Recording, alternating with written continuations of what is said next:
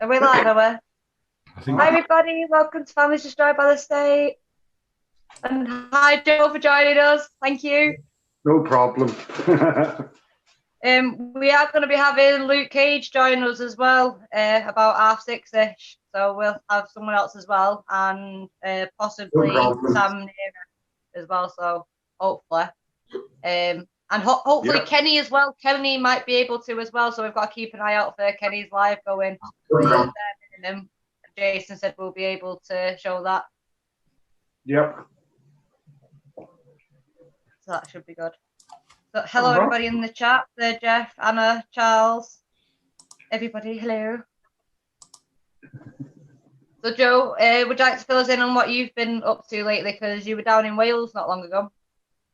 Well, basically on Monday, we went down to Cardiff. It was all kept secret because we didn't want to inform Parliament, the Welsh Assembly, what we were doing. And when we got there, we went into Parliament and we asked to see a representative. They told us they wouldn't be able to see anybody until 4:30. So we had to wait. Yeah. So a representative did come out and we talked to her. And basically we handed her over a legal document. It's never been done before, but we handed over the document that basically has all our demands on it, and that's from the British Army. It's for child abuse. It's for forced adoption. It's for the homelessness or vets on the streets. It covers everything. And because she was a backbencher, she took it. So once she took that in her hand, it was notice served. So they've got 7 to 14 days to basically reply to it and tell us what they're going to do. If they don't, then basically all the Welsh Assembly get found guilty of treason. But just before we gave her that document, all the police stations in Wales were informed of the notice by email that was served on the Welsh government. So now, basically, it's just a waiting game to see what's going to happen.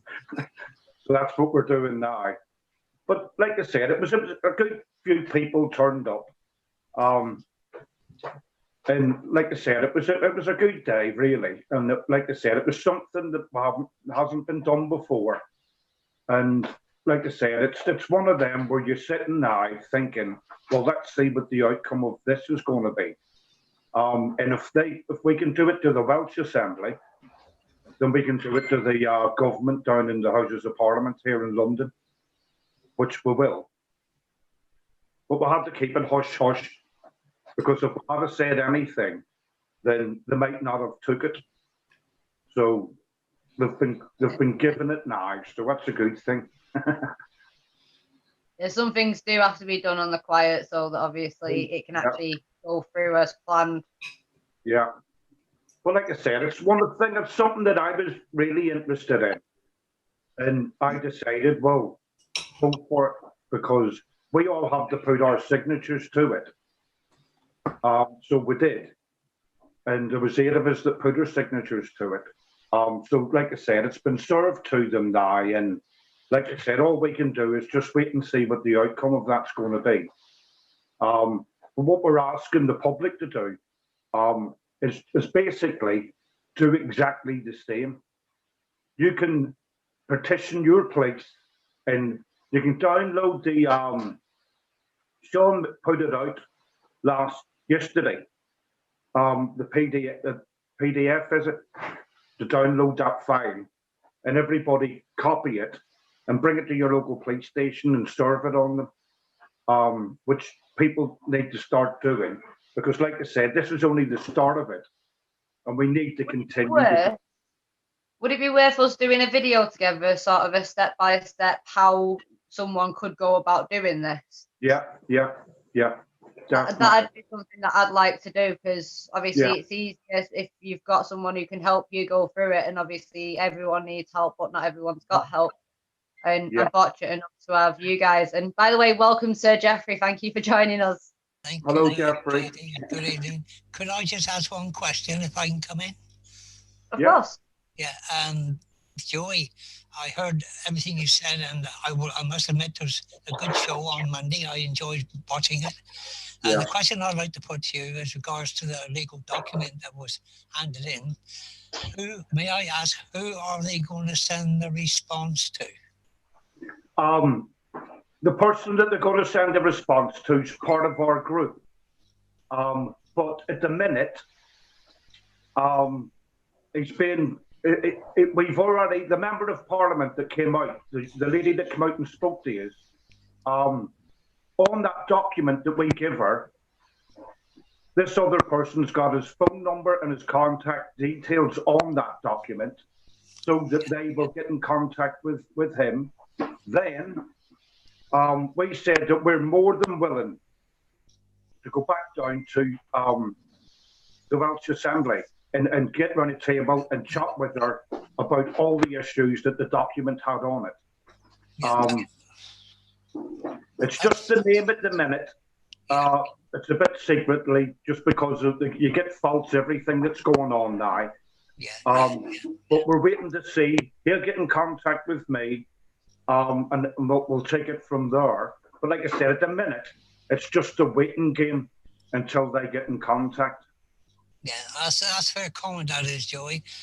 The only other thing I'll say, because it is Katie's show and I won't intervene too much, just one more question. Yeah. It's a sad thing what I heard last night, that Sean is completely finishing. Yeah. Can I ask who is likely to take his place, if there is such a thing? I don't think that anybody could take Sean's place. I think what I meant was because he's a member of, or was one of your team, I should imagine. Yeah. And he, like we take our hat off to Sean. His mum's ill at the minute. Very badly ill. And I can understand the circumstances for wanting to take a back seat. But like I said, we would be very sorry to lose him. But we have to give him his time. Whether he wants to come back or not, that's his decision and his decision only. But no, we would love to have him back when he's ready to come back, because he is a good part of the team. He gets a lot of messages out there, and he does work hard, informing everything. He does a good job. Yeah, fair comment. I accept everything you said, mate. Anyway, thank you for answering the question, and thank you, Katie, for letting me come in and ask that question. You're more than welcome. You're more than welcome anytime, Sir Jeffrey. Thank you very much. Anyway, I'll let the two of you get on, and I'll be on the side here listening. All right. Thank you, Jeffrey. Thank you, Jeffrey. Cheers, mate. One of the things that I did want to bring up as well is obviously the channel that we're all working towards and all coming together to do, Unity for Our Children. Yeah. And that's something that we spoke about briefly the other day. Yeah. So we do have a couple of people already on the channel, and the idea of the channel is all the campaigners, not going to ask them to go out of the way or do anything special. Just if you want to share your content and you want to work together for campaigns or demos or whatnot, all for obviously the children and the children's future, and obviously entail also means the country. Also, we'll be doing a couple of videos and everything on there as well. Like, hopefully, we're going to be doing group chats like this. And we're going to be working. We've got a couple of people who are going to be working towards documentaries and series and everything as well. You see, what we're getting now, and obviously it's just one of them things, and it happens where you're looking at stuff now. It's starting to come up to Christmas, winter, and it's not the same as whenever you have a demo in the summer. whenever we ask people to come out in the middle of winter or whatever, obviously the numbers are going to be very low. Like I said, if we can continue to do shows like this, group shows, we're still getting the word out there, and we're still debating all our debates that we need to debate and let the public know. We use the seasons to our own advantage. Summertime's where we go out and go meet new people and go new places and go to places and go to protests. Yeah. Winter, it's cold, it's miserable. Well, people who've suffered abuse and everything. I mean, some holidays are worse than the other, and exactly. Some people don't look forward to Christmas. Yeah. So why don't we try and use technology to our advantage and use that as the way of reaching out and bonding with each other? So reaching out, doing phone calls, video chats, live videos, you know, even researching together and doing commentaries. You know, it's building together, it's uniting, it's bonding, it's building a sort of bond. Well, like I said, we want all that. And well, like I said, we're campaigning basically for all the groups to join together and unite as one, because in all honesty, it's the only way that we're going to make anything work. If we don't, then you won't be able to do it individually. And that's the main thing that we all need to do now, is unite and stay united. Yeah. If you get, and we've had so much this year, you know, all the bickering and all the rest of it. And what we have to do, we're all adults. What we have to do is turn around to yourselves and go, right, we don't want that. Right. So at the end of the day, right, say somebody's bickering that you know, or we know, or anybody knows, privately message them and go, wait a wee minute, we need to stop this and stay together. Yeah. We were all meant to be broken. We've got people that have come into different groups that are there to break these groups because certain people want that to happen. And the only people that can stop that from happening happens to be ourselves. Do you know what I mean? Problem is, unfortunately, yeah, it needs to be done. It needs to stop. Within the vets, you've got them arguing within vets. We've got we've got a lot of arguments going on now, and basically, right, we all need to put our differences aside and stand together, united as one, once and for all, and forget about all the bickering, forget about everybody's different agenda. We are all fighting the same cause, and it needs to stop. It's the only way forward. We cannot go forward as individual people. Yeah, me and Bobby's been fighting this for years, and we've watched numbers diminish, and that's because of all the in-house arguments. And like I said, it needs to be sorted, and we all need to put our differences aside and stand together, united as one, once and for all. Instead of us being broken, we don't want the groups to be broken. We want them to get stronger. So it's just one of them. Need to act like parents and be grown up about the situation. Ignore the personal arguing, bickering, grievances. Ignore it. If you've got a focus in mind of what you're after, then that's what you need to focus on. And a very, very, very wise woman, Sharon Binks, told me that other people's opinion of me is none of my business, and I shouldn't be so worried about it, and I shouldn't be so concerned over it, because everyone's entitled to their own opinion, and that is their business. It's like, and like I said, everybody it is so opinionated. You will have people go, I would have done that different than you did it. Yeah. Or I wouldn't have said it the way that you said it. Yeah. But what we've got it's hard to simulate the exact same circumstances that led to that reaction. Exactly. And we are all individual people with different personalities. And does it matter how that's said, how's it explained, or what the difference is. The difference is that we need to all keep doing what we're doing to keep this going forward. And it's the only way forward is... The only way anything's going to get done. Yeah, it's got to be sorted. It's not nice losing support.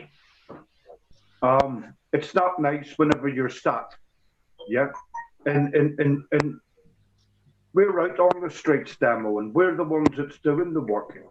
None of us get paid for this, but we do it because of our own suffering that we've suffered in life. We do it because we're doing it for other people and not ourselves as well, because it's already happened to us. We're doing it for our children and our children's children. Exactly. We don't want to suffer like we did or go through what we did. And like I said, we've all got different agendas, different issues, but that's why it's important to work together. Exactly. That's why we need to come together. Oh, we have Samantha as well now. Hello, Samantha. Oh. I don't know if she's turned her mic on or not. Oh. But yeah, that's one of the reasons why Unity for Our Children is being built. So everyone's got an extension to their own platform as well. Yeah. Shows that we're all united together, and we can reach out and help each other build extra content and do extra bits. Yeah. I know a couple of the team have sat with me in length and done an absolutely amazing quarter of a book of spider diagrams of content and issues to cover and to talk about. Yeah. Sammy being one of them. It is. Welcome, Sammy, by the way. That's all right. But like, it is one of them. We're turning round. Yeah. And we're desperately trying to open the public's eyes to all the different issues that are going on and have been allowed to go on in this country for decades. And you know what I mean? And you sometimes I feel I want to grab the public and shake them, to waken them up when they're walking past. But that's something that you can't do. No, but you can use that sort of that feeling to drive you. That's what I do. I either push myself to a state of panic and then I'll get up and speak, or I'll get so annoyed with people being oblivious to thinking that it's a joke. Yeah. And like I said, it's not. I don't like basically like standing and telling everybody that no, it was raped and it was abused and it was this.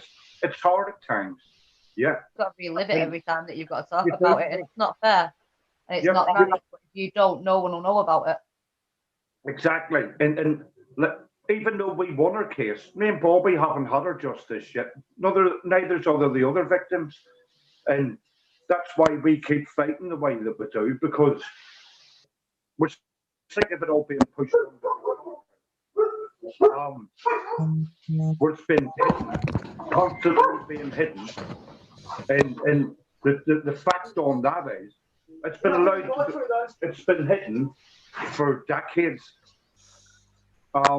And why should it be hidden? It should never be hidden. And we're the ones that are telling the truth now and coming forward. Because we want that. The other issue that we face as well at the minute, especially with kids in care, there's a law in place that kids can't report their abuse. I don't know if anyone else saw that message then that Sammy just posted saying hi to all and she doesn't know how to work this thing. I believe your mic is on. You just need to talk. Yeah. Your picture's gone here. Pardon? Your picture's gone. You're not on here. I will be on. I will be back on in a sec. Don't worry. Oh, sorry.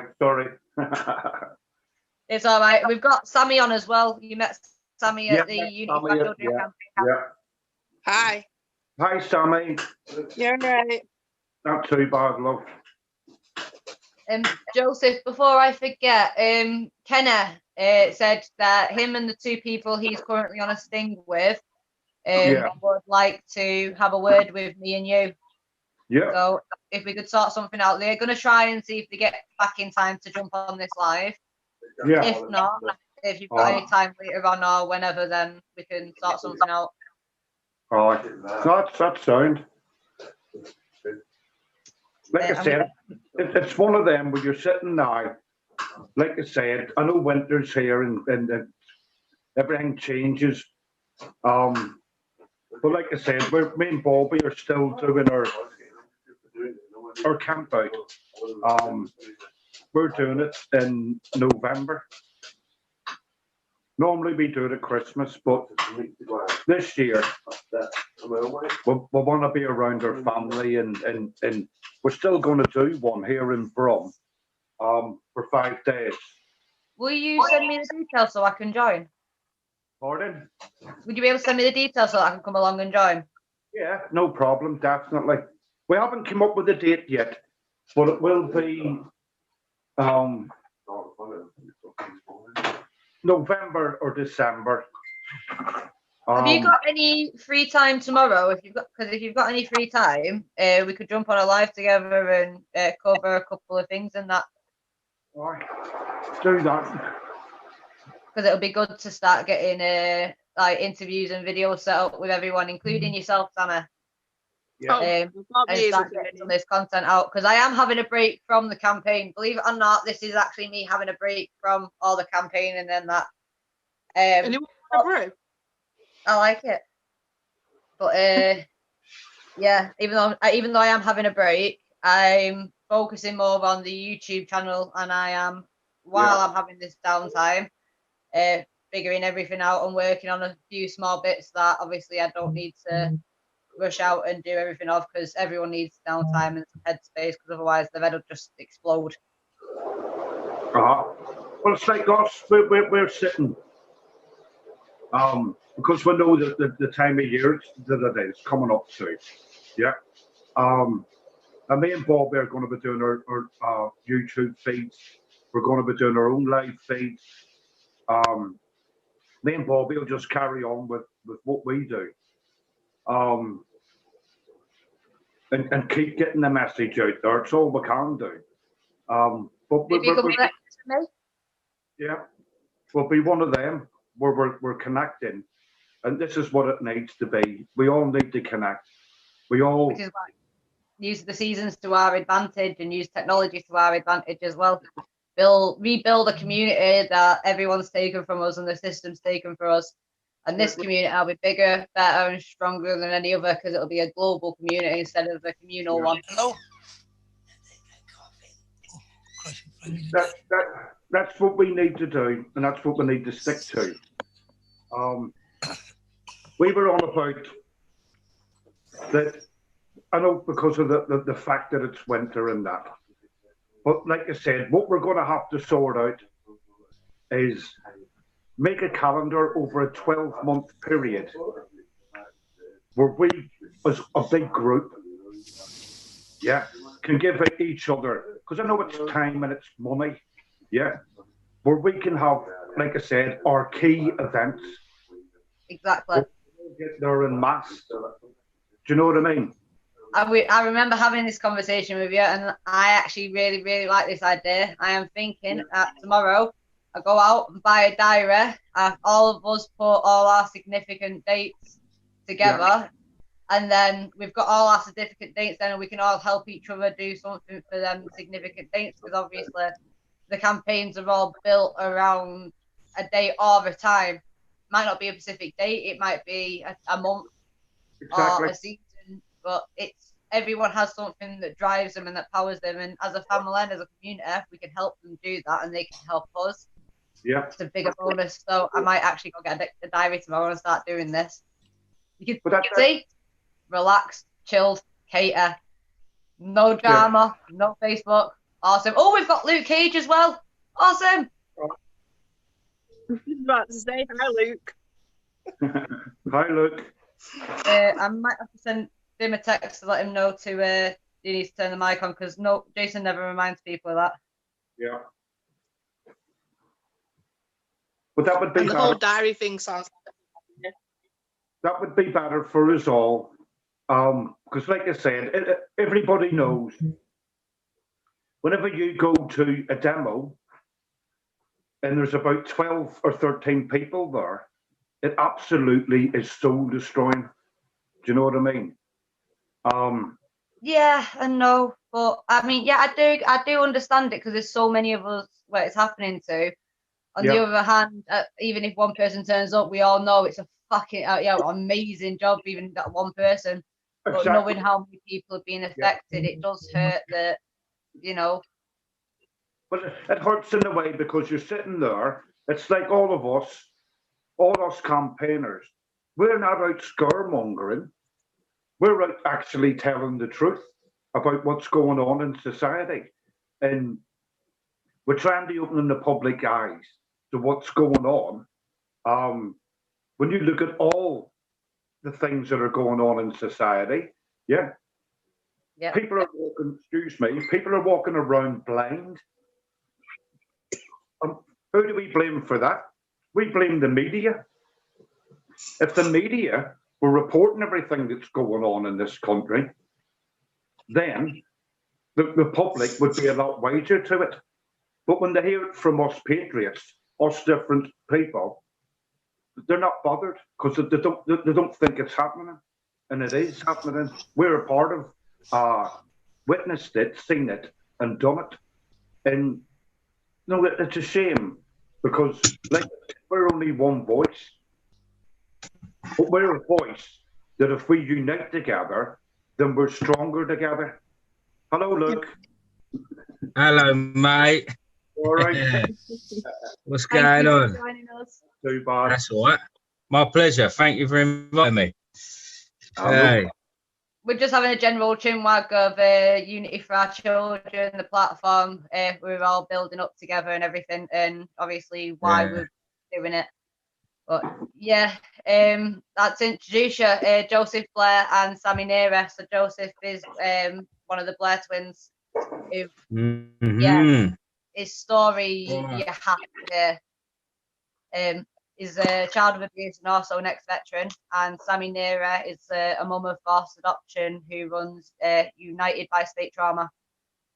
And we also have Sir Jeffrey here as well. Hey, what's going on, people? Nice to meet you. Didn't think you'd have me on here, did you? Fucking hell. Yeah, it's beautiful. Beautiful. You know what? Sammy told me before you had a tarantula, and I fell in love because I've got one as well. Oh, have you? Oh, nice one. What you got? A Mexican red-legged. Oh, all right, yeah. I know. What, a red leg or a red knee? Red-legged, got long hair, not short. Yeah. I know the difference. Yeah, some people get mixed up, don't they? Yeah. I know them. I had a flame leg, Mexican flame leg. That was my first one that I ever had. And it had one fang, had a bad molt. Ended up with one fang. It could still eat. Luke, was that a real one that was on your head on Saturday? Yeah, it was the real deal, but it was the skin, not the actual tarantula, because she won't let me do that. No way. I was in the back of the car when I seen that. I had to do it. One pull up, you know. My brother's shed, and I sat there for hours watching it shed. It's yeah, amazing when you're doing it. Yeah, a load of people on YouTube, they upload the videos of it in fast, so like you can actually see it. And it just like comes out like a weird octopus, like out of it, like all sucking out, and the legs sticking up. Dead therapeutic to watch, though. Yeah. Very fascinating.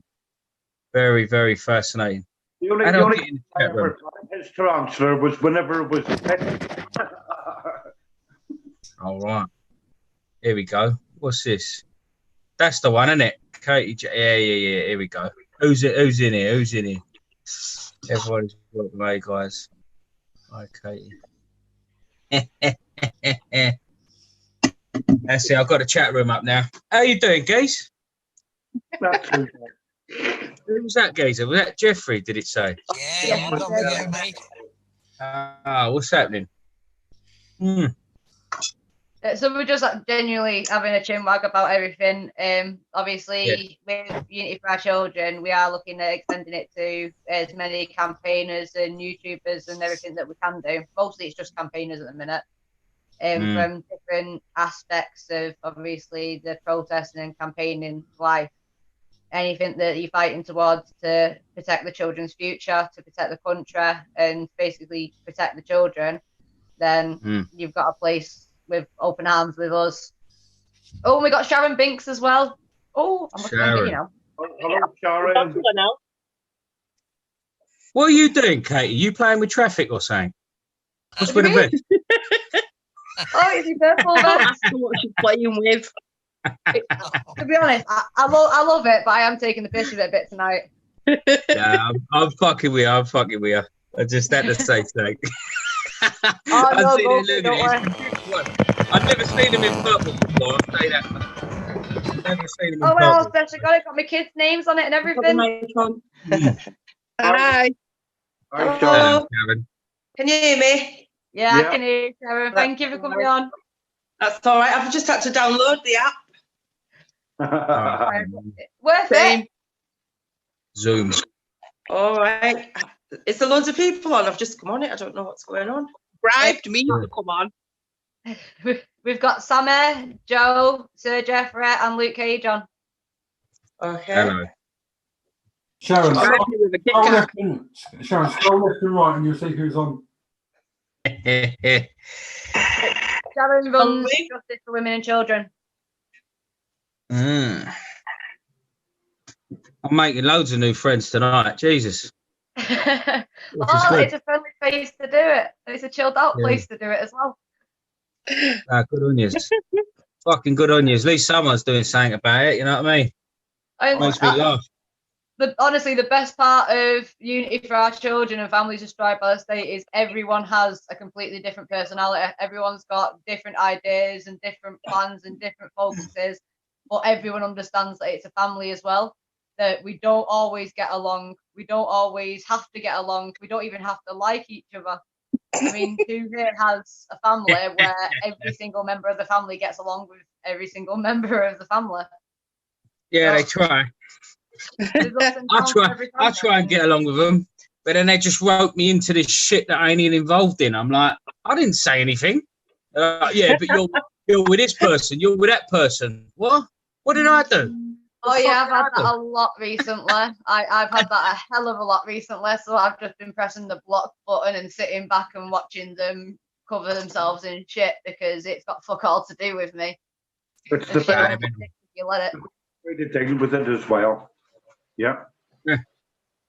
Whenever you get shit like that, the best thing to do is to hit the delete button and get rid of them because, you know, we're all here united as one. And we don't want conflict within the group. And if you get, like I said, if we get trolls all the time, just hit the delete button, get rid of them. Yeah, I know.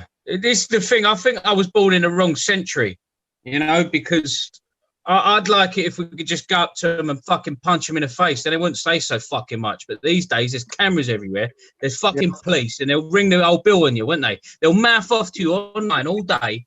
And then you go up to them, go, gosh, see that, have that cunt. And then they ring the police on you, and then you're nicked. And it's like, what are you supposed to do about these people these days? It's weird. Ignore them. Just ignore them. I tell you what it's about. It's about a phone call I got yesterday from a mother who's just had her 4 kids removed, and they're already talking about the 2 younger ones being candidates for adoption if things don't go the mother's way next month. And that is what it's about. Anything else is just bullshit. And the kids are the only thing that matters. Yeah, you're probably right. Field of vision, you know, don't give them the time of day because it's people like that woman last night that you know, what advice can you give when you know what goes on and you know how they operate? And they've done it. It's just a classic MO. What they've done to her. as they're doing to many, and we need to highlight that. And when it gets lost in the bullshit and people start getting their egos in the way, and they forget what they're there for, and they start bitching and backstabbing, and what are they doing that for? It's all about the ego. When you're in ego state, you're not helping everybody else. You're just trying to help yourself, or you're just trying to discredit somebody because of ego state, jealousy. I don't know, just it's the takedown culture, isn't it? It's like, if you don't like someone, then in this day and age, that you must go out of your way to destroy them in every way you can. Spread bullshit about them. Spread things they may have gotten wrong once. You make one mistake in this day and age, and your whole fucking life can be ruined. But that's because through the education system, they've brainwashed people into becoming prison wardens in their own towns and telling on people, or picking up people on, anybody that's got free will and free spirit, and exercise that right. Not just as well, the parents, some of the parents are also at fault as well, because if you look at it, everyone's become dead sensitive. No one can voice their opinion without every single person taking it to heart. And to be honest, when you sit back and you look at it, you've got to think, well, how childish can you actually be to think that a voice or a name actually hurts? And when we're teaching our kids that they've got to take everything to heart, then that's because the government want everybody to be pitted against it. Everybody, when they brought in where there's a blame, there's a claim. They're pitting people against each other. People are saying, "Oh, you're not supposed to do that." Well, I'm not free to do it. So why should you do it? Why should you exercise your free will? When the rules say what? Well, who sets the rules? The government sets the rules. And until everybody realizes that when they go against the people in their own camp, they're doing the government's work for them. They're destroying from the inside, and that's why you've got to shut the door on these people and not give them the time of day, not waste your energy on them, because your energy is best served elsewhere. And it's the only thing that's affected by what people say. I have got to say though, Luke does deal with it in an extremely comical and just amazing way. He does actually, That's right. You know what the problem is? I have to deal with it like that because apparently you can't take a crossbow like this and fire it into a crowd. That's the problem. So I have to deal with it the other way, We also we focus too much on what's going wrong and everything, when the reason why we're coming together and the reason why we're making the channel is to stop it happening to the future generations, and to obviously preserve our culture and our heritage and everything. Because I moved to Germany at a young age, but when I come back, I came back to a completely different England than I moved away from. You're a crowd. Am I what? You're a crowd, are you? No, I'm a pants brat. How was it? Where did you go? East or West Germany? I was in Gütersloh for the first 3 years, and then the last 3 years I was in Paderborn. My son's actually a German citizen. Is it? Yeah, oh shit! Oh, that's cool. That's cool. What did you take your vest off for? One actually behind me as well. Not because of what I said, was it? No, it's got all the badges on it and it's jangling, so it was annoying me a bit. All right, fair enough. Fair enough. Should we get a pink one for you, Luke? Oh, mate, did you see that Chris TR interview I did with my pink silk dressing gown? Oh, mate. How gay did I look? I loved it. It's so silky. It like feels all soft on my chest. It's nice. I've got sensitive skin, Oh. Don't wear that silky stuff. Well, if it's comfy, it's comfy. But I would actually like to extend an invite, because obviously I know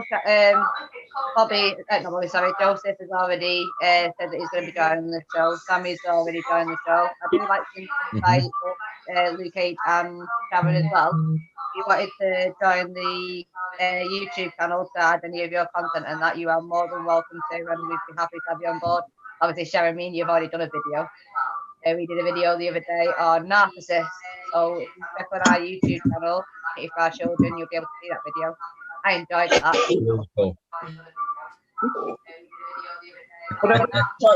Talk for hours about that subject.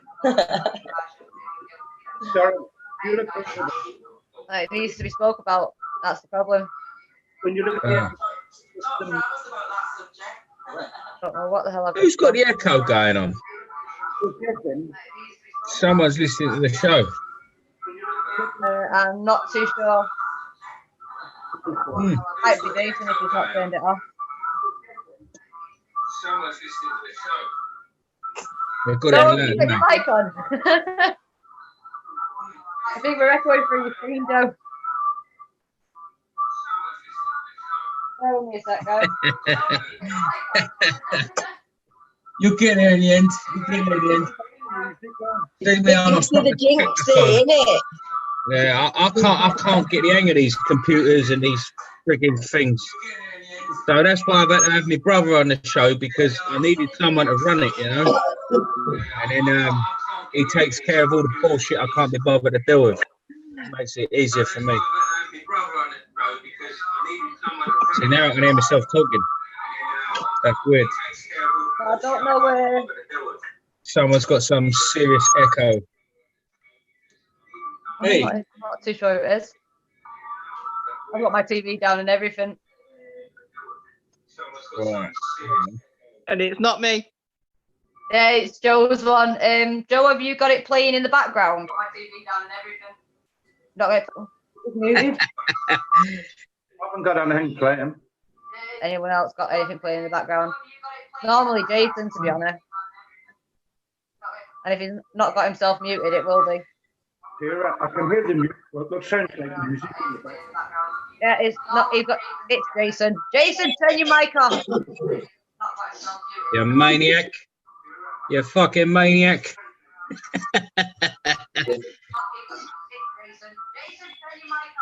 Oh, he does this every time. He'll sit there for ages having an argument with you about whose mic it actually is, and then all of a sudden it stops. He goes, "That wasn't me." Yeah. Oh, you maniac. Turn your mic off.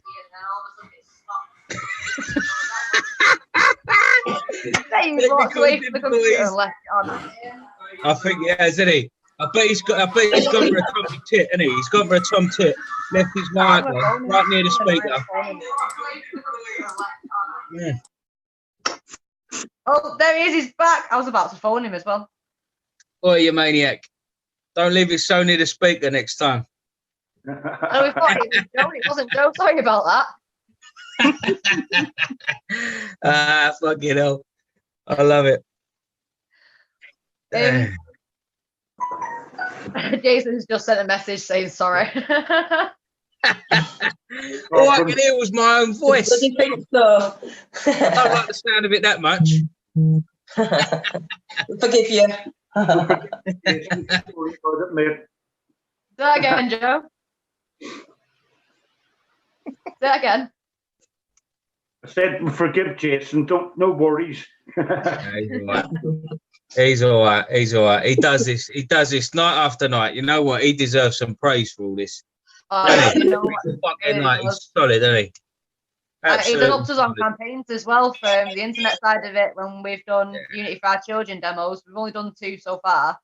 On the first one, Jason was working behind the scenes, downloading our lives and uploading them to YouTube while we were there. It was absolutely amazing. It was above and beyond for everyone. Yeah, he's unsung heroes, man. Like, he don't ask for nothing from it, does he? You know what I mean? He's one of them dudes. I've got to give it to him. I do love him a bit. Yeah, good man. Fucking run out of beer, didn't I? Where's Bitterman? Bitterman! Did anyone just see that? Yeah. Who's Sir Jeff?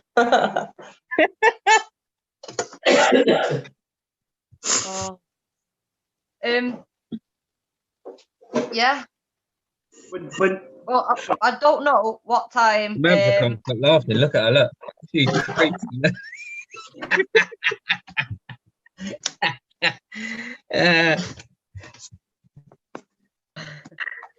tell you what, one thing kept getting brought up today, which I've been trying to actually get someone to come on live and actually speak with me about it, but can't figure out how to get a group live going. about sex education in schools. Teaching 6-year-olds to masturbate and teach sex now in schools. What? Hey? Oh, Yeah. Kitty, to that question, yeah. The reason why schools are doing that is because they want younger children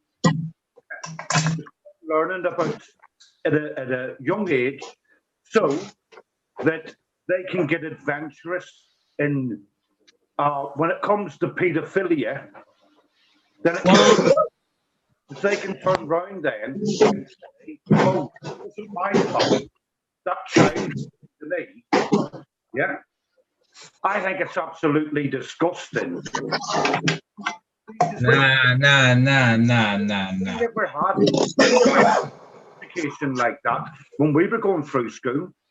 Why is that so blatant that they're asking children to masturbate themselves? Yeah. Come on. That can't be right. No, At 6 years old, they're telling the kids in the class that they've got to call the body parts, because it's happened to my grandson. That at 6 years old, he was told he had to use the words vagina and penis. Yeah. So he came home to look at what the real names for other things were, and ended up looking at some porn on a site that when he wouldn't have done that if school hadn't put that idea in his head. At 8 years old, they're telling children that their body's their business, unless they give consent, which you can't give consent at 8 years old. At 12 years old, they're teaching them how to masturbate and get the most pleasure out of it. So it's a fact. It's a fact. So any parent out there that doesn't want their child going to sex education class, you need to make sure the teacher knows that. Because they will talk to them about things like that. No. What happened to the good old days? Paedophilia. They're sexualizing children to normalise paedophilia. That's fucked up. No.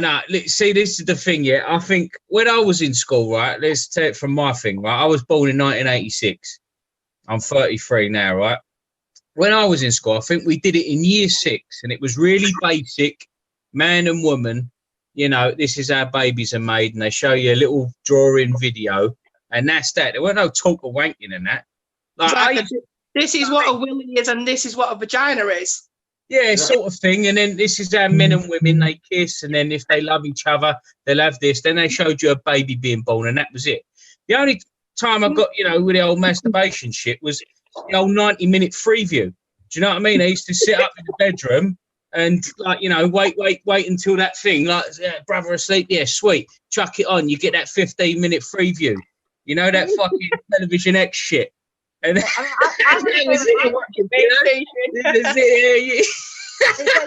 education should only be taught to kids who've hit puberty, who've gone through puberty and all around that age. So, like he said, like year 6, in year 7 sort of scenario. I think I was in like year 8 or 9 then. You know what I mean? And then you get that, and then you remember Channel 5?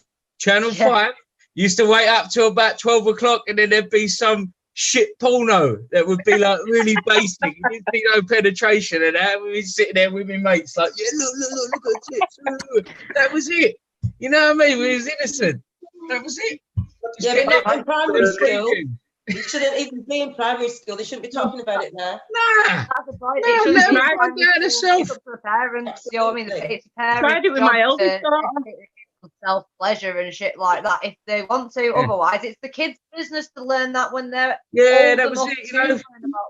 I think the most I did in school was finger bang someone, and felt her tit once and shit like that. That was it. We all dealt with it ourselves. Why do we need teachers telling us to wank? Fuck that. Weird. No more. Spreading little rumours. The old Kit Kats. Fucking. Forgot what they called that now. A finger of a Kit Kat and shit. That was it.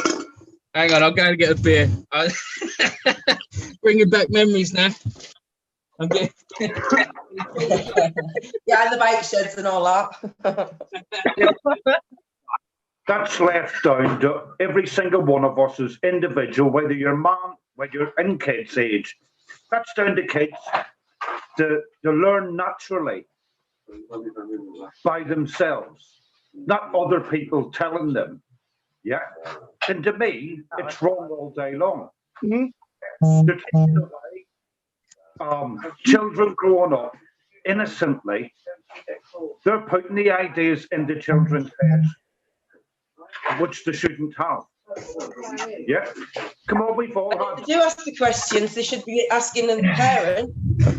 And like I did when mine were born in the 90s, and I went and got a book out the library to explain to them age appropriately when they asked a question.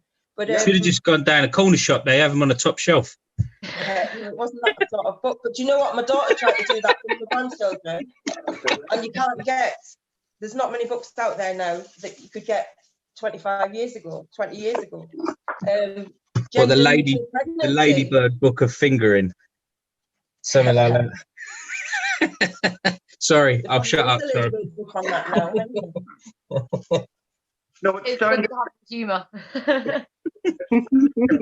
To learn that whatever they want to know sexually, it's down to children to learn that themselves. We're all individuals. We all learn different things ourselves growing up. And I think that rates should play that part, which they shouldn't be getting it at school. They shouldn't be getting it put over to them, because what's that all about then?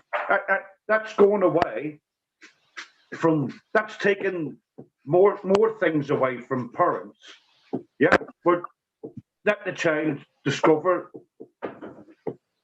their sexuality, what they like. Everything should be done by themselves. They shouldn't have it forced on them. They shouldn't have none of that, because they can have a detrimental impact as well on the children because of it. And Joe, I mean, you and Bobby were introduced to it as well. You know what I mean? So it has an impact on a kid's mental health and on a kid's mind, because it does leave scars, especially if they're not ready for it. Yeah. When you look at all sexuality, right? It didn't matter. Don't get me wrong, right? Why was it so wrong years ago, whether you were gay or lesbian? Yeah, it was so hard to come out and actually admit that you were, because you were going to get tarnished with all sorts of crap. Yeah, I've got lots of gay friends.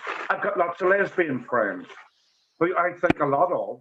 Yeah, but whenever it comes down to your own individuality, that's down to you to discover that, not people tell you, right? What you've got to do, you've got to be this, you've got to be that. There's no need for it. They try and do that with everyone, though, don't they? And to be fair, I've got more gay mates than lesbian mates. Lesbians seem to be a bit more miserable.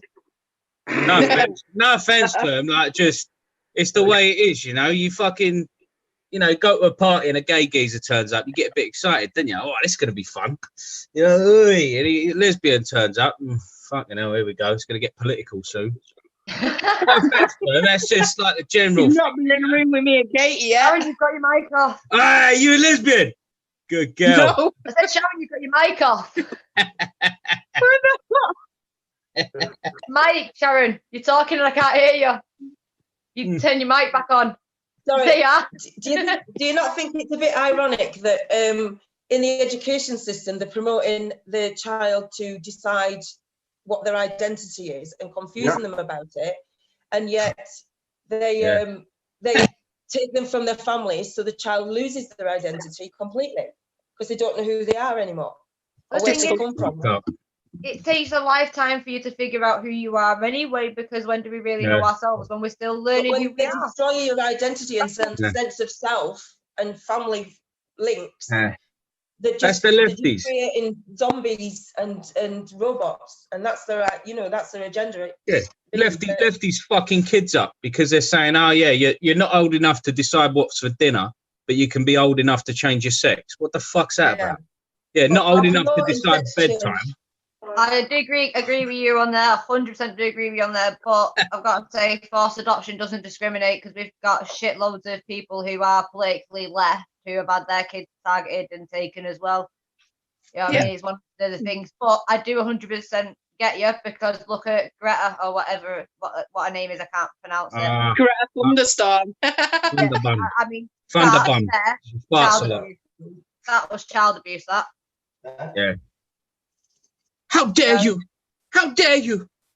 They show that part, but they don't show the question that was asked right after, when all of a sudden she didn't want to talk, she didn't want to answer any questions, couldn't answer or talk about any questions, just kept asking someone else to, and everyone else stayed quiet and didn't even think, you know what, it's a vulnerable child in a vulnerable position, so we'll ask the questions. Everyone just went silent. I mean, how you can clearly see a staged emotional response, people embedded into us, so she knows that what she said against her own opinions, where she doesn't actually know anything other than what she's been said.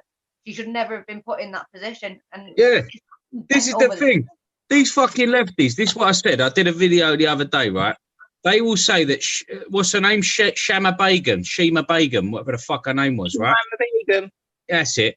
Right. She was a young kid. She didn't know what she was doing. She doesn't know anything. Please let her come back home. But then when it comes to Greta, we're supposed to believe what she fucking says as if she knows what she's fucking talking about. Make up your mind, fucking idiot lefties. What's that about? I agree with you, but I've got to say, at 15-year-old, even I knew not to go join terrorists. Yeah, well. 6-year-old, even I knew not to go join terrorists. Yeah, she ain't the one to fucking blame, though. Her mum and dad are. They should have been thrown in fucking jail. Well, the whole lot of them are to bloody blame. Yeah. Well, we don't live in an ideal world, unfortunately. I'd know what to do with them. This is the problem. This is why patriotism and unity and community is the best way forward.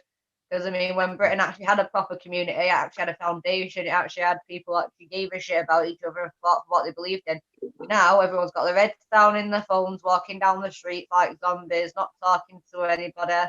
You got people in the same room texting each other when they could be talking to each other. We're losing the art of conversation. You can get the word out there. That's ironic, isn't it? On her fucking phone. Look. Get it up.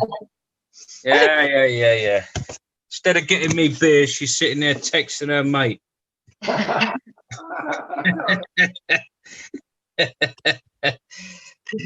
I prefer older women, you know. They've been brought up right. They cook dinner and go and get beers. No, I'm fucking with you. I'm joking. I'm not really sexist. Just a little bit. Gotta say, you've probably gone out of your way to get a fucking proper hiking mug, haven't you? When adults live in their own bubble, because whenever we're doing demos, I've watched them, especially when we go on about abuse. We don't go into detail of abuse, yeah, because we know there's kids walking around. But we've actually witnessed mothers and fathers putting their hands over their children's ears as they're going past us so that they can't hear what we're saying. And that gets me. Why are they doing it? Well, I wouldn't blame him if it was me walking along. I swear to him. I get it to an extent, but yeah, it's down to parents. That depends what age, right? To tell their children that there is bad people out there. Yeah, the same way children get groomed online every single day. Hundreds of children get groomed. Yeah, and that's children going to their bedroom like they all do, on their laptops, on their iPads, on whatever. Yeah, because of social media, it's so easy for children to get groomed online. So why haven't we got, where it comes to Facebook, Twitter, why are they not doing the job properly and looking out for this sort of shit so that they can inform parents that we think that your child's being groomed online? They don't do it. Well, I think maybe if you want my 10 pence worth while I'm here, technology and this social networking and this social media has come along so fast. People just don't know how to deal with it yet. Like technology, like in the past 100 years, we have moved so fast as a race, like the human race, and especially Western civilization, that we're kind of playing catch up 24/7 now. It's like, you know, parents don't even know what kind of apps their kids are downloading. They're like, "What's this new app?" You know. What's this new app? Like, there's new ways they can just do this. And I remember when I was sort of a teenager, all we had was like Scopy chat and shit like that. I don't even think anyone remembers that anymore. But we didn't even have mobile phones. Yeah, that's what I mean. I remember I've got that first Nokia face off. Do you remember that brick that the face used to come off it, like your football team, and put it on the front of it? And that's all we had. Motorola brick. Yeah, you remember the Motorola's, them fucking things, the Motorola wing. You know what I mean? Nowadays, kids have got so many ways of doing it, the parents can't even keep up.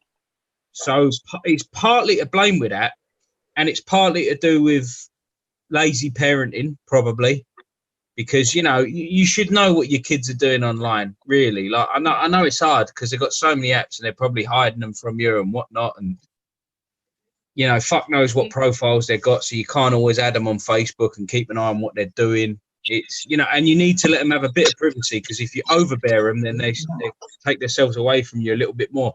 I think we're just at this point now where we just don't know how to deal with this.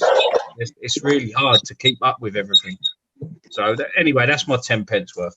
No, I actually agree with you. I do agree with you, and I think a lot of people here will actually agree with you as well. Because at the end of the day, if parents need to put a little bit more attention into the kids and spend less time online, they'd open up to them more and talk to them more. So if someone did start talking to them, then, you know, parents would be there to know about it. And obviously, checking devices, it's common sense, especially with a kid. We've all been kids. We've all been teenagers. Yeah. We've all been gullible and vulnerable. You know what I mean? We've been there. We need to learn from ourselves. Yeah, but whenever you Can I just throw something in there that I just thought about that happened today? Completely, it's about kids, but off subject. The health visitor came to see my 1.5-year-old granddaughter today and gave my daughter a tube of toothpaste that had extra fluoride in it, because there's not much fluoride in our water. So they gave her a tube of toothpaste with extra fluoride in. Can you believe that? I was like, what?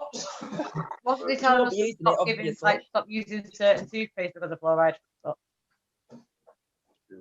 Can you believe that, though? But do you know what? When I had my daughter in Scotland, and the dentist said to me that because there's no fluoride in the water, he gave me fluoride drops. Well, I didn't know what fluoride. I just thought it was good for the teeth, right?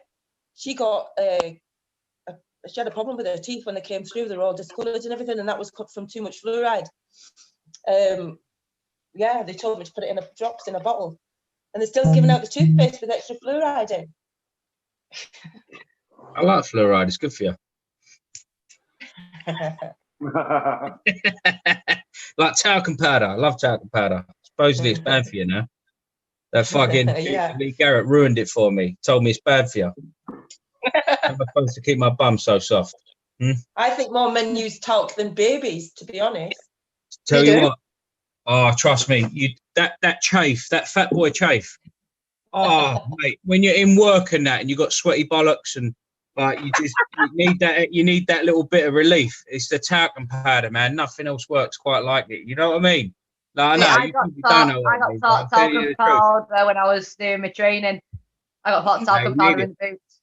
You need it. Man. You need it. That shit works. So I'm still gonna use it. And wonder a bit. Luke, Jason wants to offer you a slot on Wake Up UK. A slot? Yeah. Yeah, fuck it. Why not? Why not? Yeah.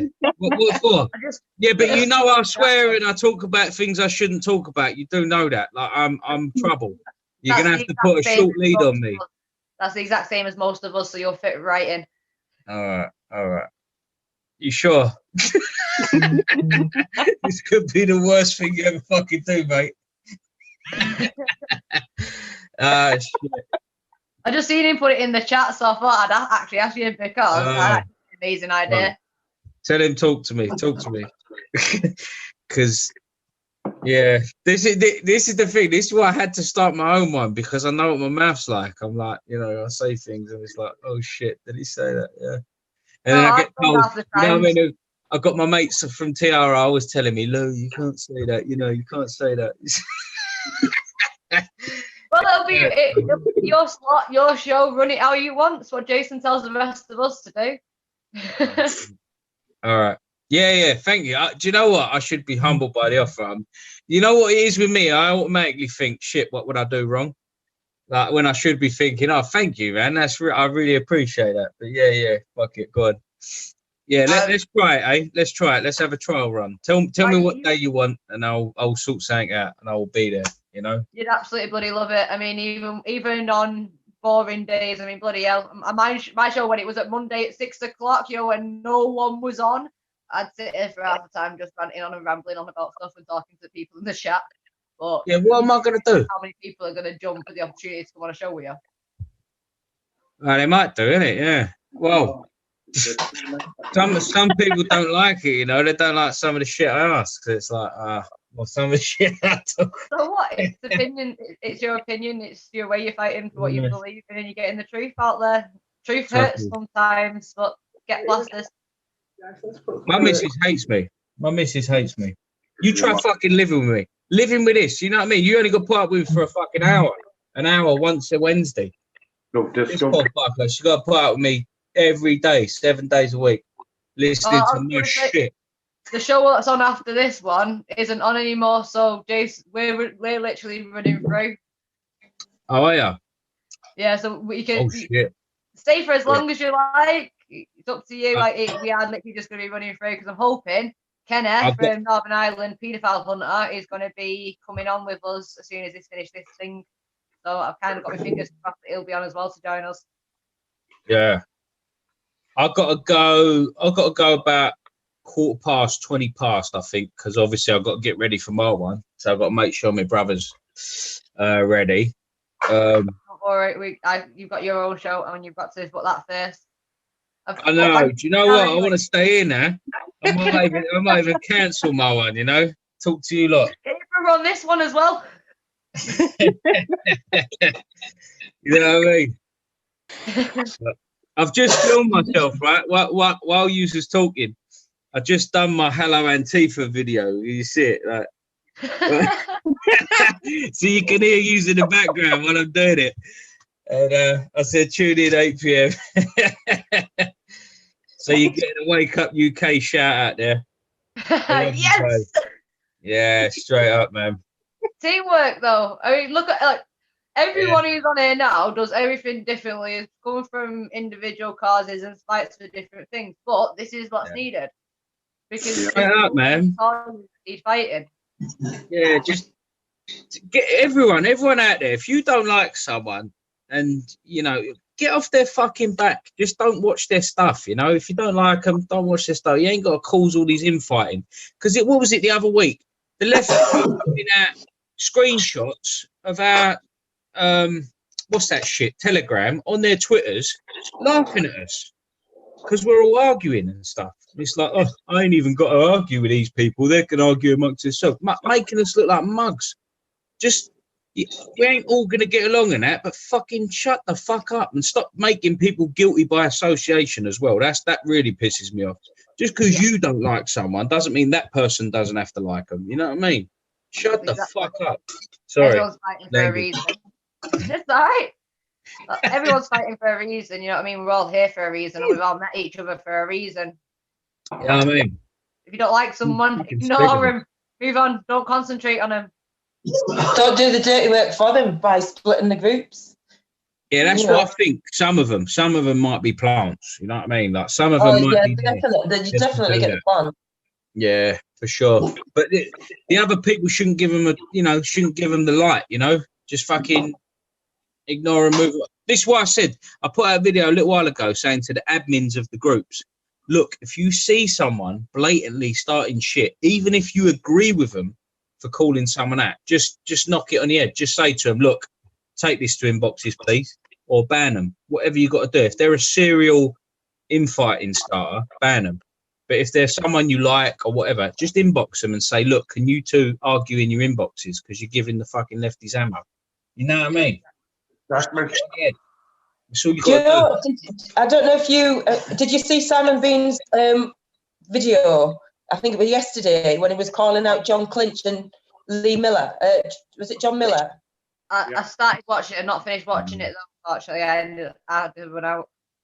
It was on about the Norman McGuigan when he's trying to get charity status. What John Clinch did was he insisted he set up a website for them, and this John Miller was designing the t-shirts and was selling the t-shirts, and Norman never got a penny of the money from the t-shirts. And when he's gone for charity status, the police have basically said, why have you got two people that are under investigation on your like staff, if you like? So then John Clinch has asked for the website back. So Norman's had to set up the whole thing again, and he hasn't. You know what I mean? So they've not got a penny. So Simon Bean was calling them out for that. But John Clinch, when we set up as Justice, he came over to Sunderland wanting us to. He said he'd set up NAGA, Telford. Was it Telford NAGA? And he wanted us to do the Sunderland NAGA, but the grooming wasn't the biggest issue around Sunderland. So, and I didn't trust the guy anyway. So we didn't really get involved, but I know he caused a little bit of problem with the DFLA and all that. Do you know anything about it, Joe? I worked with Norman. He's a very good friend of mine. Yeah, and I love and respect that bloke so much. He doesn't get the credit for what he does, and what he does, him and Minds at War, they work off their own back. Whenever Norman was being called out, and Norman over the last couple of weeks has been getting slagged off, so that's why Simon Bean went on last night and said what he said. I've supported Norman and Minds at War, and I always will as an ex-vet. But for a man who's running up and down this country day after day and night after night, saving lives as well. Saving vets' lives every single night, him and his team. And even when people want to hit him and slag him and his team, I basically turn around to the people that are slagging him off, going, you're not in his boots, you're not doing his job, you're not saving lives night after night. I had a chat with Norman on the phone the other night, and God bless him, he says, Joe, I'm done. I had a chat with Norman on the phone the other night, and believe me, to lose a man like him, right, it's heart-wrenching for me. I know that Minds at War can carry on without Norman, but Norman is the backbone of Minds at War. And why should he, as a true patriot, lose his position because he's got arseholes slagging him off and putting him down whenever they're in their fucking beds, and he's running around this country saving lives day in and day out? It's wrong. This is a classic example of how damaging those that are in for it for themselves, for the glory or the money, how they damage the people who are true patriots and doing their bit. You know, this is what the infiltrated, can do, and that's how dangerous it is to start bitching, and gossiping about people. You've got to see them for what they're actually doing for the cause, and the personal life is none of your business. No. If anybody's seen my personal life, right, or was around me, and Bobby,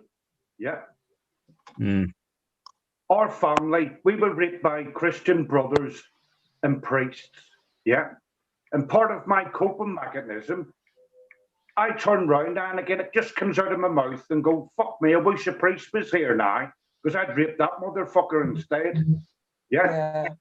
Say that jokingly, because it's in my head and thinking about it, of my abuse and Bobby's abuse, So I use what they call I reverse.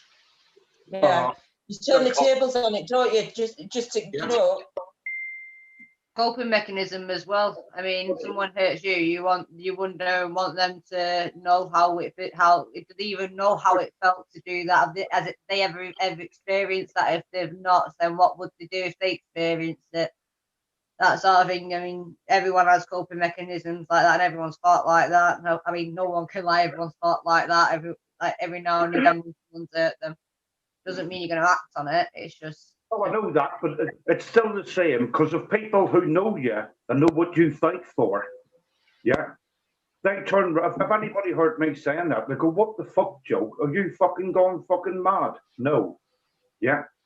That's my coping mechanism. It takes my pain away from me, right? Where I look at them and go, wait a minute, I was a child.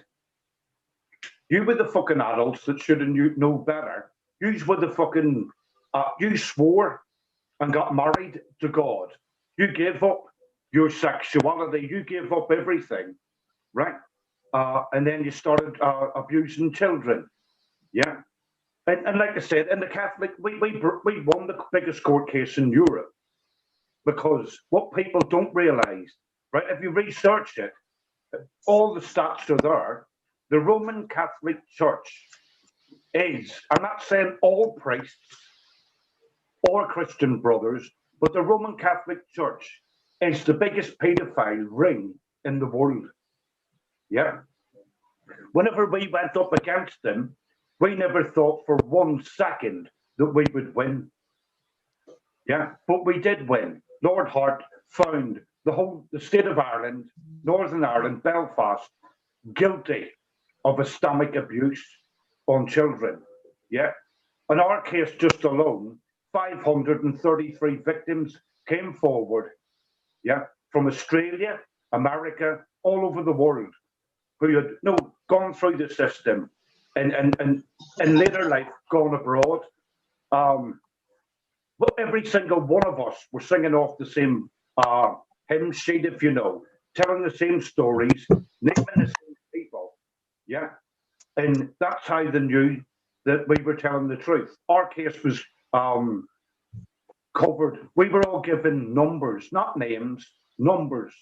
And that's why Lord Hart found the whole state guilty. Social services, the police, the whole, even courts found guilty of Islamic child abuse. And that's why I fight for it so strongly, the way that I do, because I don't want to live in a society, yeah, where it's we're going to live, and I don't want it to be the fucking norm where it's all right to abuse and rape children. Yes, it's been up for decades. Why it's not been done about it? Yeah, and it's. I was raped whenever I was 12. I'm 55 now, and I'm looking at something that's got worse instead of better. And it's because of our government. It's because of the system that we live in. Yeah. And we, the people, need to change that system. Because we need to start with the education system. We need to tackle the education system and what they're doing to the children within the schools. Yeah. That's where that's the biggest issue. If we should get some undercover kids with body cams on, the little spy ones in the classrooms to record what goes on and what's being said and how the kids are treated. You know, because the rules are ridiculous. The education that they're getting isn't really an education. It's just brainwashing, confusing, killing the creativity, restricting the movement, and teaching them how to obey the rules. And if you step outside the rules, you're going to be punished for it and persecuted, or you're going to feel like you're nothing and end up either, taking your life or just ducking out of society. And these kids end up homeless and on drugs or whatever because they're demoralised in the schools. And they want the kids in the institution as soon as possible. 2 years old, get them into nursery. Let's institutionalise them from 2 years old, and then we've got them captive. Pit them against the parents. All the strategies they use to pit the kids against the parents with the childline bullshit, and the stopping the smacking and disciplining, and then social services coming down on you like a ton of bricks for you know, on some assumption that they're making, where they're leaving other kids whose life at risk to be abused. It just doesn't make sense. It's like the whole world's gone upside down, and you know, how are people not? How is everybody not seeing it? How are those people in those jobs that are delivering those, like the social workers and the teachers and everybody else? How are they not seeing it for what it is? They just blindly go ahead because they're paying the mortgage or whatever, and they want nice things. It's like they've sold the soul, and it don't fit their agenda, does it? That's what it is. If it doesn't fit their agenda, then they're not interested, the old lefties, and they run the mainstream media and everything at the minute. That's the problem. That's the biggest. Well, it's the Satanists that run the lot, isn't it? Really. Yeah. If anybody destroy the child's soul, and they'll never ascend to be who they truly should be. They'll just become slaves, and slavery is their outcome. That's what they want. If you investigate Childline, which was set up by Esther Ronson, yeah. If you investigate, to filter out the pedos. Yeah, she was bringing young children to fucking string fellas. Yeah, the photographs are there. You can see them there. Yeah. What's that about them? Do you know what I mean? A safety net for the elite pedos was Childline. That's all it was, a safety net, filtering out the complaints against them. Yeah. Whenever Cliff Richard, me and Bobby just missed that bastard. Yeah. Cliff Richard, whenever we were down in London, right? He was in the other park, right next to Parliament. Do you remember whenever Tracy Blackwell got him? Yeah. When he was on about celebrities not exposing them for pedophilia. Yeah. What the fuck was that about then? Yeah. Cliff Richard, if he had been there, yeah, and he had said, oh, I accept this. I want to do everything that I can to protect children. Yeah, no, he wasn't. He was sat there going, we need a protection around celebrities because they're all getting named now, and this shouldn't happen, right? Cliff Richard, what the person said to Cliff Richard, they didn't have enough evidence, right, to convict him. Why did Cliff Richard and his boyfriend stay in the Dolphin Hotel, where children were being raped and abused by politicians, senior police officers, the whole lot? Why was he there under the name that everybody knows he fucking had? He was there with his boyfriend. Yeah. I seen the diary. No, whenever you go into the hotel, you sign the book. Yeah. Yeah. He signed that book. Yeah. So why was he's a multi-millionaire? Why was he in that hotel? He could go to any fucking hotel that he wanted to. Yeah. Did he? No, he didn't. He went to the Dolphin.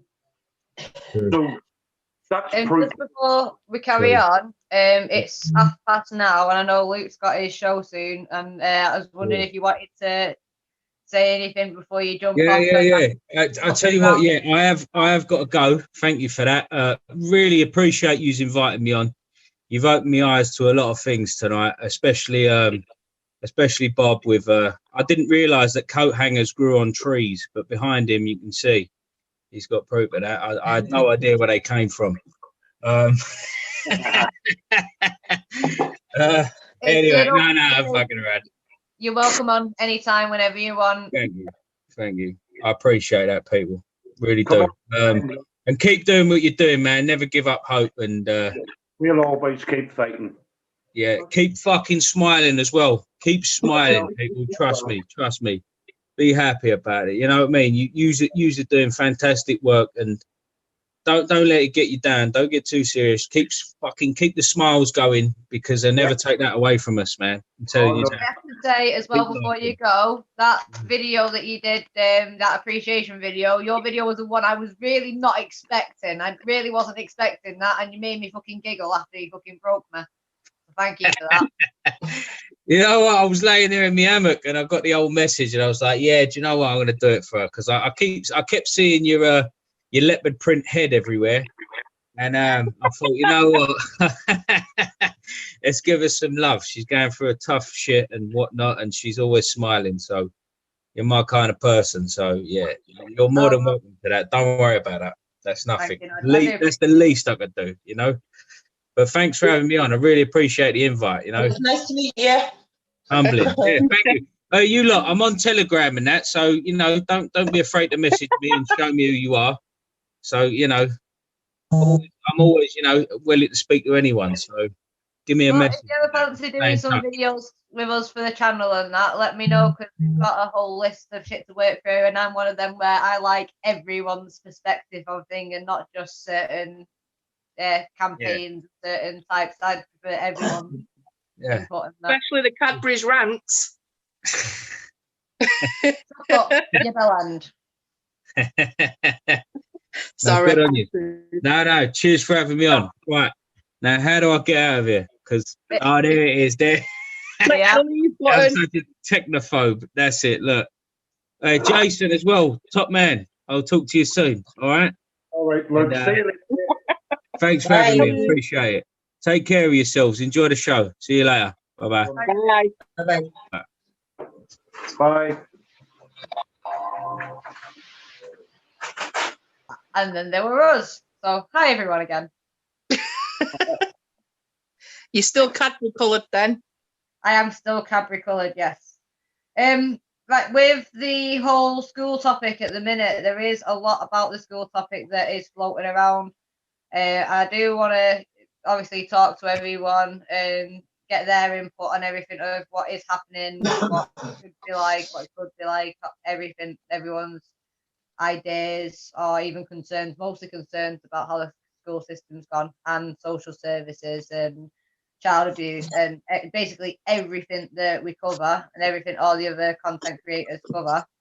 Then we can put it on. Katie? Yes? I've just set Jeremy.paul a challenge. And his challenge, because he used to be a teacher and his wife is a teacher. So the challenge he's got is to find a teacher to be a guest on his show to discuss child education in primary schools. I can ask around only because the only teachers or ex-teachers that my primary school teachers. If you know any teachers that or ex-teachers that will come on and talk about it and put across their point of view, you know, I will ask them. Only because like a lot of my family went to the same school, so I still know the primary school teachers from my old primary school, so I can ask around. Cool. And then hook up Jeremy, put him in touch. I will do. I mean, I know a dinner lady from my old primary school. Yeah, I don't know many dinner ladies that do sex education. That could be interesting. I don't even, but she has got a daughter who is in primary school. Okay. I know she was a dinner lady in primary school back when I was in primary school. So and I heard Luke saying about he doesn't know what he'd be able to get away with saying or not saying or what trouble he'd cause. If he heard the open mic show last night with Anna from Holland asking all of us what dogging is and what golden showers are. Oh no. And of course, because she's from Holland, she's like, what's dogging? You know? And poor old Jackie had to explain it to her. Did you catch the chat with Luke before? Sorry? Did you catch the chat with Luke before? I did, yeah, I did. I'll have a word with him and see what he says. But yeah, there you are. You got another person to fill up another slot. Cool. Right, I will be back in a second. So I'm just going to leave you guys there for a moment. We've just lost Jeffrey. Jeffrey's just. Hope Jeffrey will come back. Jeffrey didn't even speak the whole time I've been on, I don't think. Oh, he was quiet.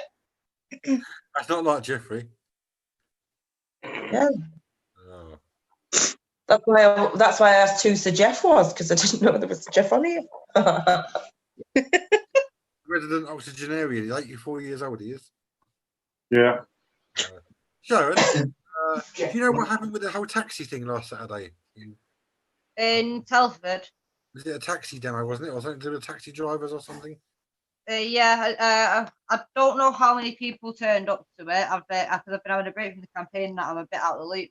But I think, well, from what I know, there was about 60 people turned up, and Danny Tomo turned up, and there was a ex-Labour councillor guy there. So Danny Tomo tried to ask him some questions, and they ended up getting the police on them.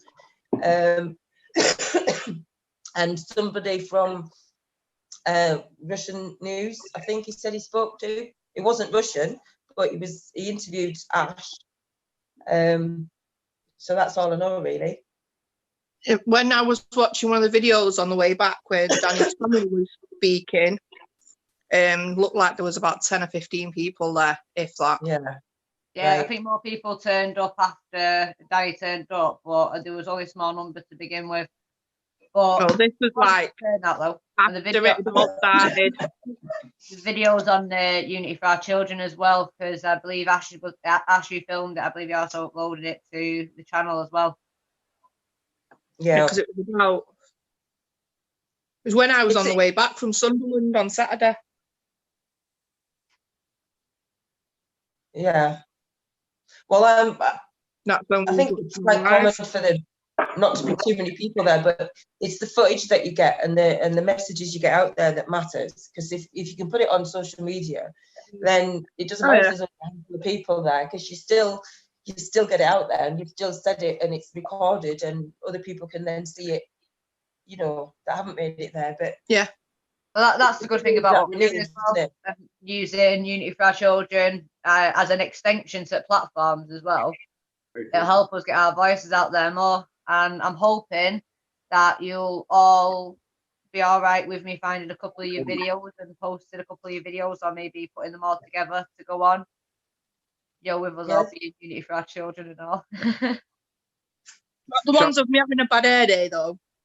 Well, that's the point, isn't it? That it gets out there, and I think that the lefties that are trying to like have a dig at me and put that Newsnight program back out there, that's led to other things in our favour. So I don't think that that reporter would have got in touch with me, that journalist, if that hadn't gone back out there. Right. A lot of people hadn't seen it. And although they're trying to put me in a bad light, I think people that know the score don't see it that way. So it's publicity, isn't it, for the cause? And it shows you what the media trying to do to you.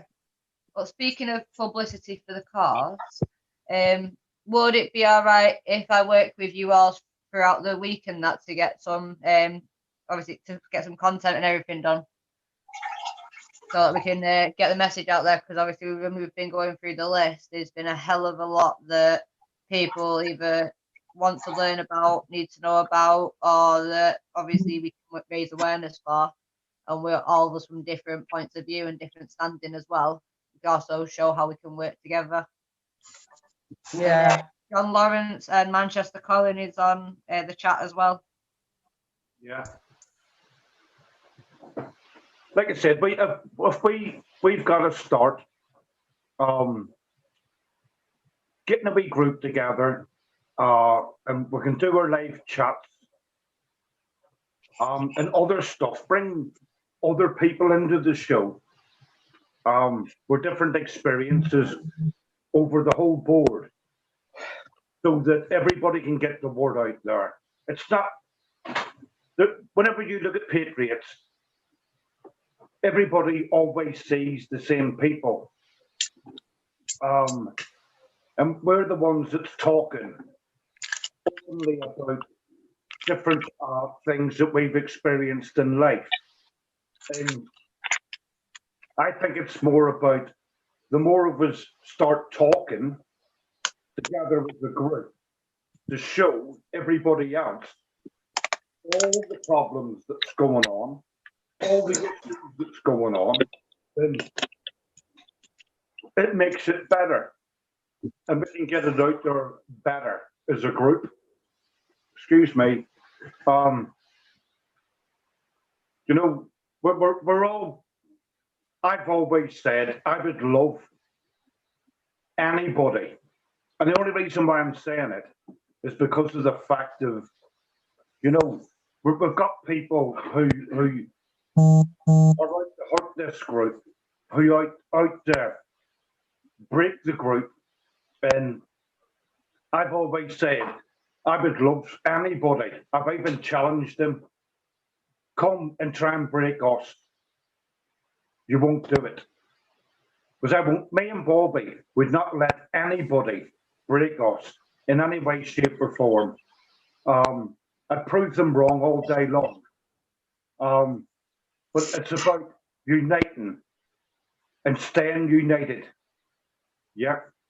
Staying together as a group and building the group as one massive group. Yeah. I support the yellow vests. I support all causes, especially when it comes to children, especially when it comes to vets. I fight for it all. And we all need, I've actually been in talks with Army vets and the bikers, stating that we've got to make it bigger and we've got to start standing united together as one now, to get the bigger voice out there. Wherever we go,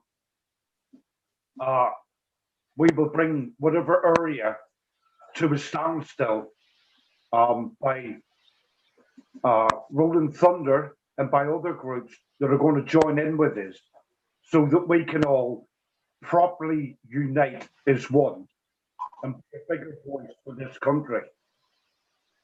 I believe we have Kenton with us now as well. No, was it job? Finishing at 7:30. So did I. Yeah, sorry about that. It has gone over. Tom English, who was running the show after me, he's not doing his show tonight, so Jason's running it over. You don't have to stay, so don't worry. Don't feel obliged to stay if you don't want to. I'm staying in. I've got to go because I've got to have my dinner. I'm so sorry. I forgot to warn everybody. It was kind of a last minute thing. I do apologise. Thank you so much for staying on as long as you have, though.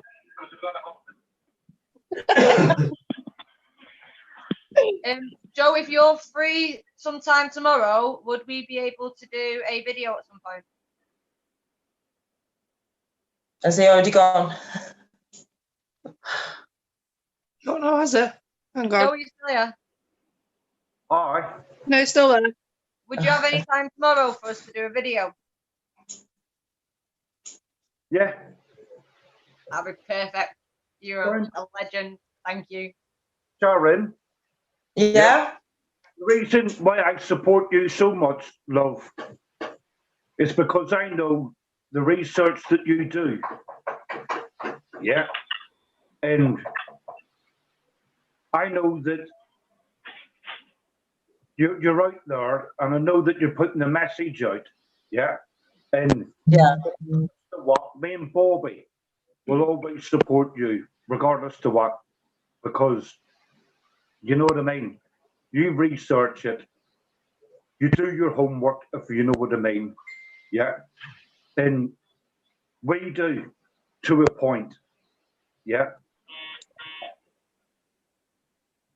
And I respect and love you for that. I'm Bobby. Well, I respect and love you too, and you've always got my support. You know, we back each other up, don't we? We support each other. And exactly. I felt bad.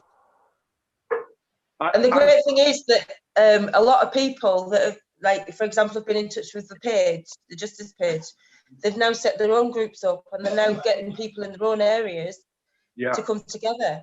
And it's those little groups that are going to make the difference. Exactly. People are to help because they've spoken to somebody, so then they spread that out, and the more people get talking about things, we're in. Yeah. I mean, you know, we adore you both. I mean, Sharon, you're the one who first did my first ever interview with me. And Joe, you probably remember how bloody hyped up I was to meet you both in person. I was bloody shaking like a shitting dog. Yeah. But that's the way that it is, right? Because we all believe so strongly in what we fight for, right? We're fighting for justice. We're fighting for the truth. We're fighting for the protection of children in all aspects. Yeah. That we have to keep continuing. Yeah. We all have our good days. We all have our bad days. But we still get up. We still turn around to each other and go, right, today's a new day. Yeah. Crack on and let's get this done. Yeah. It's not easy, but we do it. And that's what we've got to continue to do. You know what I mean? You only have to get another story in, or a phone call, or a message of somebody that's going through it, and you know, it keeps you going, doesn't it? It inspires you to keep going when you think sometimes it's hopeless, and then something happens and you feel inspired again. It's great because like people are reaching out, and when people reach out, that means they're talking about it, and the more they talk about it, the more we open people's eyes and shine a light on the, you know, it's like when you put the light on in the shed and all the spiders run into the darkness. That's what we need to do with these creatures. I mean, literally every single person on this chat now, every single person who's on this video call now, Sharon, Joe, Sammy, Kenton, Jason, it's guys that have kept the smile going and that have kept me going this last week. You know, every single one of you have like been there for me in different ways, and it's what family do. I mean, you guys have taught me the real meaning behind family. I mean, my family fucked off ages ago, and I didn't really understand what family was before that anyway, because the family I grew up with was blood thicker than water, and I was a stepchild. So I mean, you guys have really taught me what family is, and that's what real respect and love is. Kitty, you've got a breathe family. In the light, breathe out the love. You've got a family now, Kitty. Yeah, you've got us, and we're the truth tellers. We're the ones that will always stand by you through thick and thin. Yeah, when you hurt, right? Ring me anytime. I don't give a shit what time it is, day or night. Yeah, and I'll pick you up. If I have a bad day, and it's different for me and Bobby because we both pick each other up. Yeah, we encourage each other to go on, and we do, and we won't stop going on. Yeah, but we're a family, and like I said, to anybody that's on tonight's show, yeah, if you're having a down day, if you feel like shit, and you're sitting thinking about, oh, why the fuck am I doing this? No fuckers listening in. Yeah, we're listening, and we will keep going on as a family. Hello, Kenton. Hi, guys and girls. How are you? Can you hear me? I'm on a live show where I know everybody today. Look, how cool is that? We've had a few people. We had Luke Cage on before as well, and so I've been watching you from the beginning, mate. I just didn't know whether you wanted me to join or not. You had quite a lot of guests on, so I thought I'd just listen and. It's an open platform. Well, yeah, as they left, I've jumped in. So, how is everybody? All right. Not too bad, yeah. Yeah, we're good. Good to see you. I see a smile on your face, Katie. That's nice. That's literally like everyone in this video chat right now is everyone who's actually done that, though. That's the thing, like. Now Sammy's giggling. Look. She bribed me with a Kit Kat. I don't normally do these. I've done that with a few girls, Sammy, to be honest. You know what it is, though? Katie just loves me topping and tailing in a bed. That's what it is, really, Kenton. That's why I've got an. That's why I've got an estate car. That's why I've got an estate car, mate. It's full of Kit Kats in the boot. Now it's coming out. I'm really not joking. Chocolate hurts my teeth, but I have got Kit Kat, Jammy Dodgers, Aeros, Dairy Milk, and a skull full of chocolate as well. I think I'm going to take you tomorrow instead of the dentist. See that? Can you see that? she knows what's in the boot of my car, Katie. That's where she got all that chocolate from. Chocolate. All my stash is upstairs. Well, I've took my TV from downstairs, even though it's fucking heavy, put it upstairs to force myself to have some chill out time and to just stop focusing on everything. So I am stepping away from Facebook. I have Get rid of the telly, mate.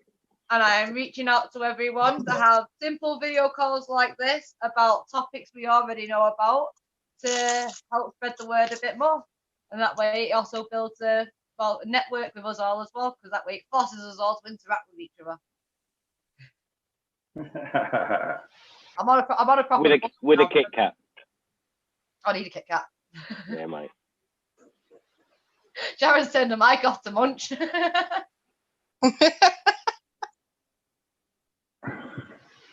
It's a crunchy, it's really noisy, so I've turned the audio off. I forgot the chocolate was sitting by my shoulder, actually. I reminded myself and I had to have some. I've got him staring at me next to me the entire time.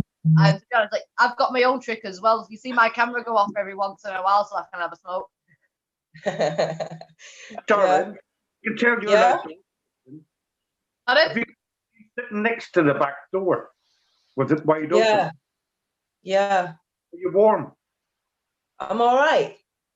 It's because I'm smoking, you see, so I'm sitting by the back door. Oh, yeah. It's really lovely outside, but you can't really see it on the camera. You can't get the full. There's little budders and everything. Oh, I'm at Keith's house. Come over to Keith. So Keith's here. You should say hello, actually. Hi, Keith. Hi, Keith. Long time no see. That's my best buddy there. I've been sitting listening to you for the last hour. That's my best buddy. Come and join me. I can't get the kettle on. He's built me a shed, right? And this shed is so fantastic that I'm actually going to move in it. Because, you know, I've got all my kids living in my house. Well, I ain't going to put no tools in that shed. Honestly, my bed's going in there. Because it's going to be my grand cave. You know, instead of man cave, it's the grand cave. Yeah. Honestly, it's like a cabin. It's brilliant. So, yeah, my tools will have to stay in the rotten old shed at the top of the garden for now. A grand cave. You just need some Kit Kats, mate, and you'll be sound. Oh, no. Crunchy minstrels, that's me. Salt and vinegar crisp. Jason, are you still here with us? Why do I press the back button all the time? I'm still here. And I'm actually thinking right now, if we're getting Luke on for a slot, we should get Sharon back on, I think. Yeah. It was too much stress. Well, come and join me on our one then, and we'll just have a natter. You don't seem too stressed tonight, Sharon. No, because I'm a guest. I think we need to. It's not my show. We should do this every week. Well, Families Destroyed by the State is a multi-platform anyway, so we should do this every week for Wake Up UK. Just all of us come on and then invite other people to come on. Well, how about we make Sharon a co-host for you, Katie? How about that idea? Yeah. Not what you like. Let's put Sharon on. Well, and Kenton and Sammy. Well, let's put Sharon on. You don't want me as a co-host, mate. I do. Me? Yeah. Everyone who's on here should definitely be co-host of it. I mean, we are all Families Destroyed by the State. If I get invited on and I'm available, I'll come on. How's that? Okay, you will be invited every week. Well, if I'm free, I'll come on. If I'm not, I can't. So there you go. That's fine. I will make more effort to be on the camera because I've backed away from it now. So we need to see inside this grand shed anyway. Yeah. Well, until it's finished, it's going to be ace. There you go then. Live feed from the grand shed. Yeah. We'll have to do a live just focus on the grand cave. Yeah, definitely. You'll have to wait till it's all done though and painted and that. But there ain't no tools going in my grand shed. No way. Your grand cave. Kenton, what do you think about joining Unity for Our Children? Mate, you'll know I'll support you in any way I can, mate. As I do. Yeah, we're not getting far with the other issues that we've got at the moment. So it just be a case of doing a couple of calls with each other or a couple of videos and that about any and all subjects, because it's everything, and then any extra content that you wanted us to share on ours, then we'd share it on there as well. And obviously you'd get the login and everything. Yeah, mate. Quite happy to. Okay. Yeah. That'd be amazing. Joe, weren't you meant to go for your food? I don't know about that, but yeah, I'll do Wait, it. you meant to be going for your tea? I'm just waiting on another vodka and Coke. Right, a fucking long time. I'll make it my fucking self then. Your tea's getting cold. Where did Sir, getting cold. where did Sir Geoffrey go anyway? I'm not too sure. He just disappeared off. Oh, did he? Yeah. I'm not too sure if he's still in the chat or not. We've got a few people still in the chat. I can't Danny see him. says Sharon's accent reminds him of home.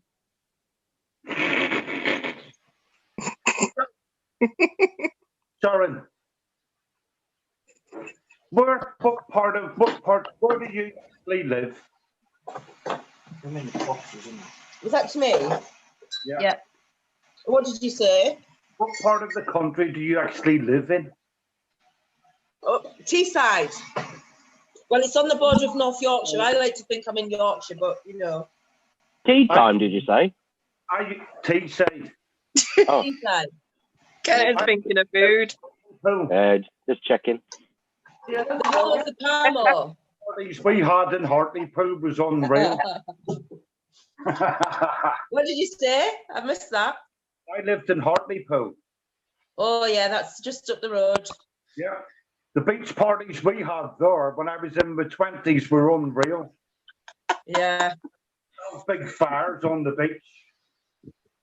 Except They knew how to pull a rave off in the northeast. But what I did one night when I was pissed, it was about 2 o'clock in the morning. We were having a massive beach party, and I said to all the girls, all the blokes, "Fuck, I'm going for a swim." In the North Sea. I walked out on the big pipe, and I dived off it. When I dived into the fucking water, as soon as I took a first stroke like that, it was like swimming in pipes. Yeah. With sand. Because we were covered in shit from head to toe. It's not like the beaches in Cornwall, eh? Yeah, exactly. So you went back the next week and did it again.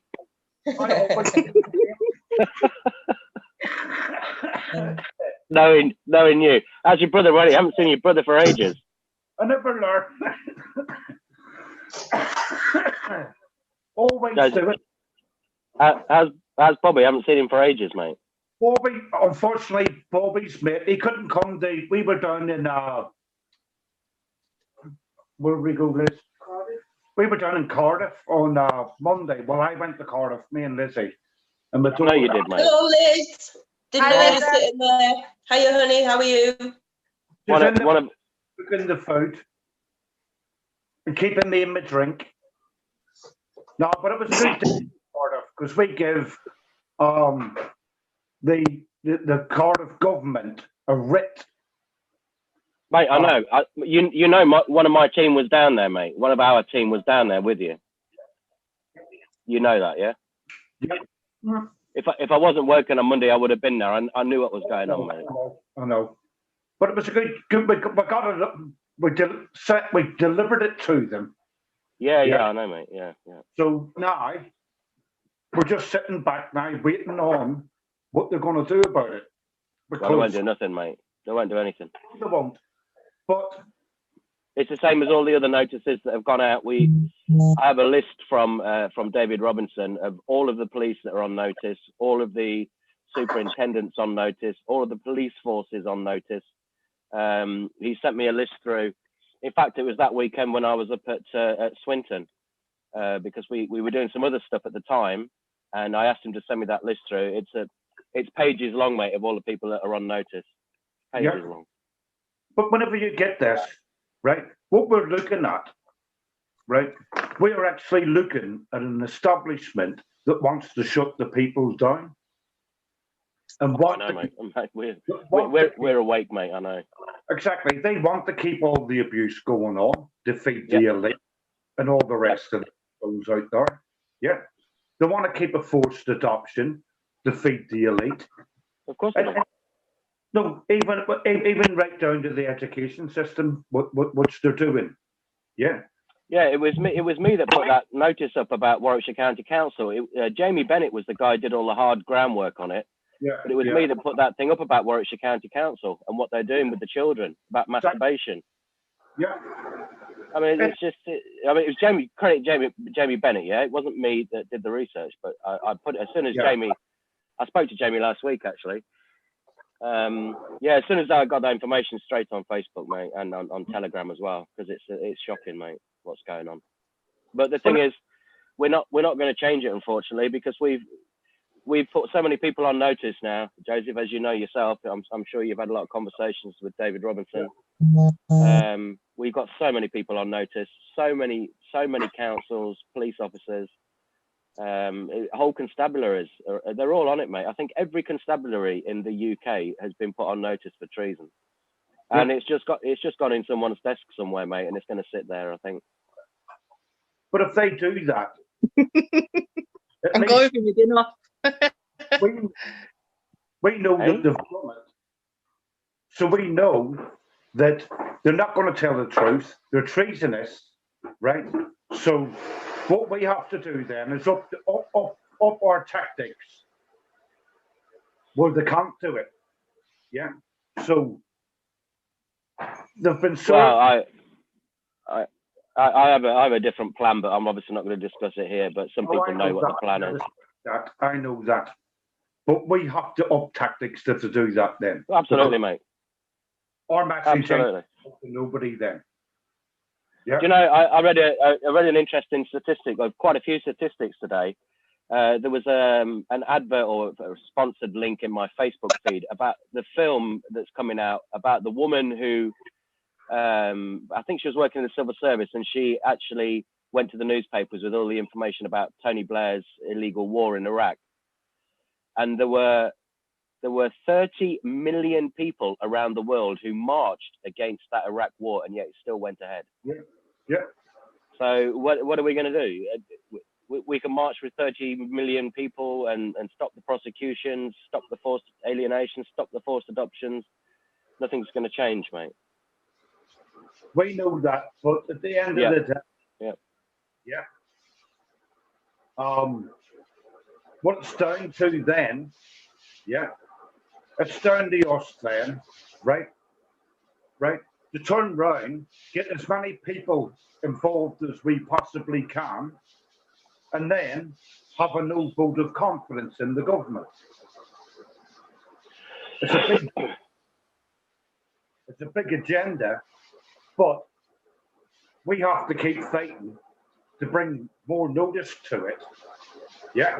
When you look at climate change and you've got 30 or 40,000 people on the streets, yeah.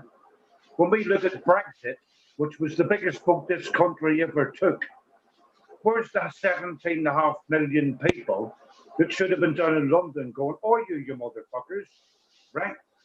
Start listening to us. We're all they. Yeah. Have you not seen the white paper with all the money that's being paid to these protesters? Exactly. Some of these people are on £3,500 a week. Organisers a week, mate. Yeah. Yeah. And just your normal stone dancing, unwashed. I don't know. I might swear and get abuse again, but these twats down there, mate. Some of them are on £400 a week. Do you know what I mean? For them, that's like a year's wage. I know, but the good thing for us in that respect is more and more people are actually seeing how stupid, how pathetic, and are seeing the shit that they're spurting out themselves now. I mean, I was going on absolutely. This morning, and there's videos like that, the Greta one that's been pulled apart about the fact how it's left is pushing aspects and pushing this and pushing that and everything.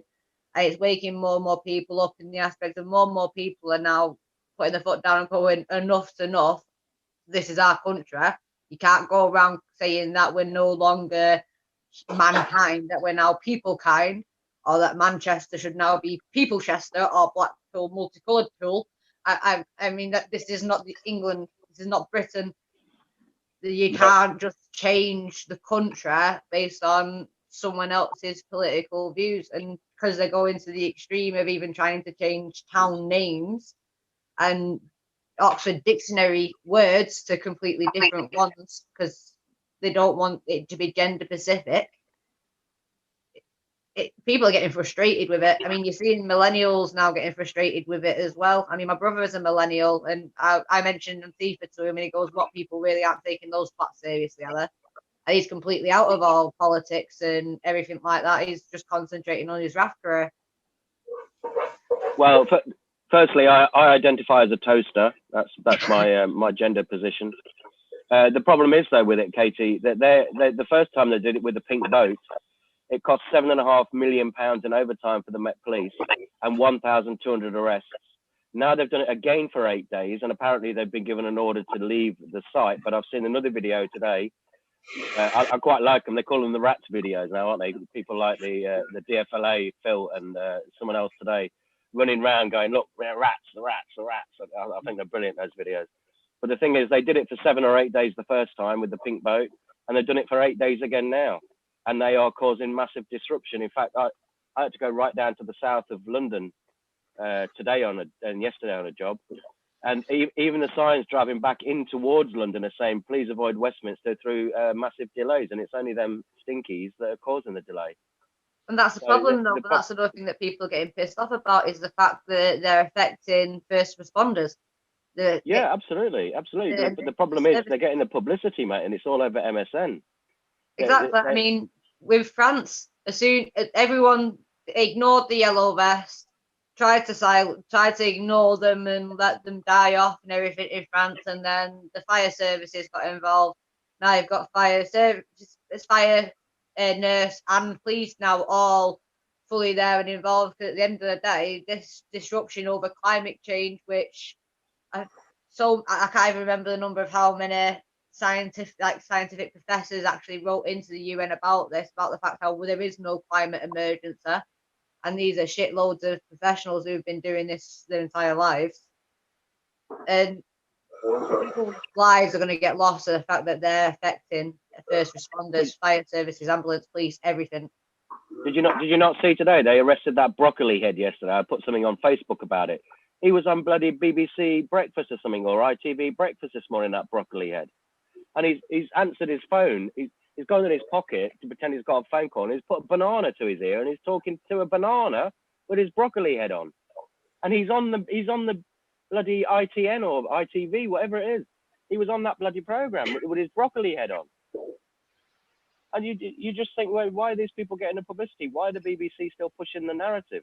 I don't. Well, they're trying to brainwash people, but the thing is, they're trying to brainwash people so fast and so much that people are turning around going, we have an IQ, we can see through a banana phone. Funny as it may possibly be, you can't protest over something so sinister and so serious, affects first responders, daily commuters, people going to work trying to just survive their family, and then go on a show and talk to a banana. I mean, the thing is, they've done it twice now, haven't they? They've done it for 7 days, and now they've done it for 8, and there's still people there today, still bobbing around with them. Them laughing at us. Exactly. Until the first responders actually step up for what they believe in and step up to actually protect and serve the people and actually save their life, then nothing's going to change. The first responders need to step up their game as well, because at the end of the day, we're fighting this for them. We're not just fighting this for ourselves, we're fighting all what we're doing for them as well. So we kind of need them to stand up for themselves. Kitty, me and Bob have always held something back from the public. Yeah. Going through our inquiry, yeah, a few things happened in our inquiry, yeah, that me and Bobby have never publicly said. Yeah. The reason why we didn't do that and haven't still done it is because we're using that as our ammo. Yeah. Me and Bobby signed our legal documents to waive our anonymity. to be able to tell the truth. Yeah.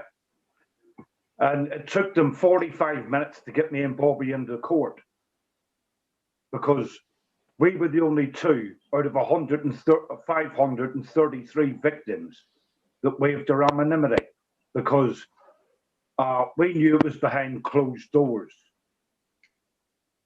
Me and Bobby could bring the whole government inquiry into disrepute if we wanted to. We could do it tomorrow. I could do it right now if I wanted to. Yeah. But the reason why we haven't done that, right, is because me and Bobby will always turn around and go, we would use that as our last resort. We haven't said it. We aren't going to say it just yet. But if things get bad, yeah, then me and Bobby can say it. And that would bring in the whole inquiry. Joseph, can I know this is a personal question, but can I ask you why things aren't bad enough at the moment?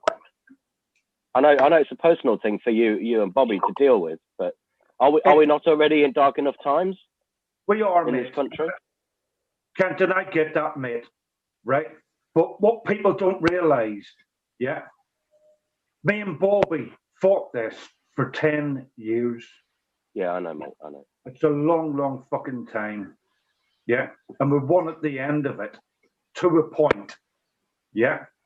So if we are going to be suppressed completely and utterly, and we know that we've got no other fucking thing to fire at these bastards, yeah, the main Bobby can fire it.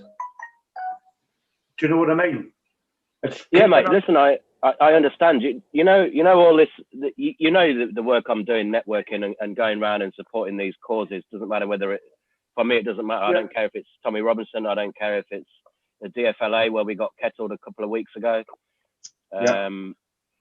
I forgot what I was going to say now, mate. It's all gone. I'm 2 steps ahead of myself. No. We've as got normal. Oh yeah. What I was going to say. Sorry, it's just what I always ask, and I did it at the Manchester Collective as well. I did a little speech there. It was really good of the guys to let me up there, Jim Edwards and John Lawrence. But yeah. I always ask what people's tipping point is. You know, would it have been Tommy Robinson being put in prison as an example? Will it be the first veteran's actual prosecution? Yeah. Where is the tipping point at the moment in the UK? And nobody seems to know where that tipping point is. I don't know what it is. You know, is it I was with Phil and Mark at the DFLA, and one guy got his head smashed open, mate. The police went at us to cause harm, and they split a guy's head open. Mm-hmm. So you know, and that's not a tipping point yet. When the police are wanting to hurt people. Exactly. It's not. It wasn't defence. They just didn't want us to get out, so they kettled us after caging us all day. They didn't want us out. Yeah. Well, I was in the middle of it, mate. I was in there. I was in that kettle. Yeah. And being kettled outside of Greg's, and then the BBC saying you're fucking protesting against vegan sausage rolls outside of Greg's. They didn't even turn out to sell them. I didn't hear you there, mate. Is anybody else having? Say that again, Katie. When we did the Manchester Yellow Vest, one of the first protests there, we got kettled right outside of Greg's on our way to the Gardens, and the BBC photographer took a picture of everyone kettled outside and put it in the news that we were protesting against vegan sausage rolls. Oh, jeez. The following week, when we went back, everyone went into the Greg's to take the piss, and it turns out they didn't even sell vegan sausage rolls. Why am I not surprised, mate? Whenever me and Bobby were in prison in 2014, yeah, we were imprisoned for what we did, and that we took a police station over, basically. right here in Birmingham. It's the biggest police station in Birmingham. Yeah, and we took it over. We took it over because of mental health issues. We took it over because of, we made our statements in that police station in 2010. Yeah. Now, we were put in prison for 14.5 weeks. While we were in prison, because the prison back, it was run by G4S. They were very like, oh shit, what are we going to do with these two? Yeah, but because of our mental health issue, sort of me and Bobby taking over the prison, because if we can take over a cop shop, we could take over a prison. No, through influence and the rest of it.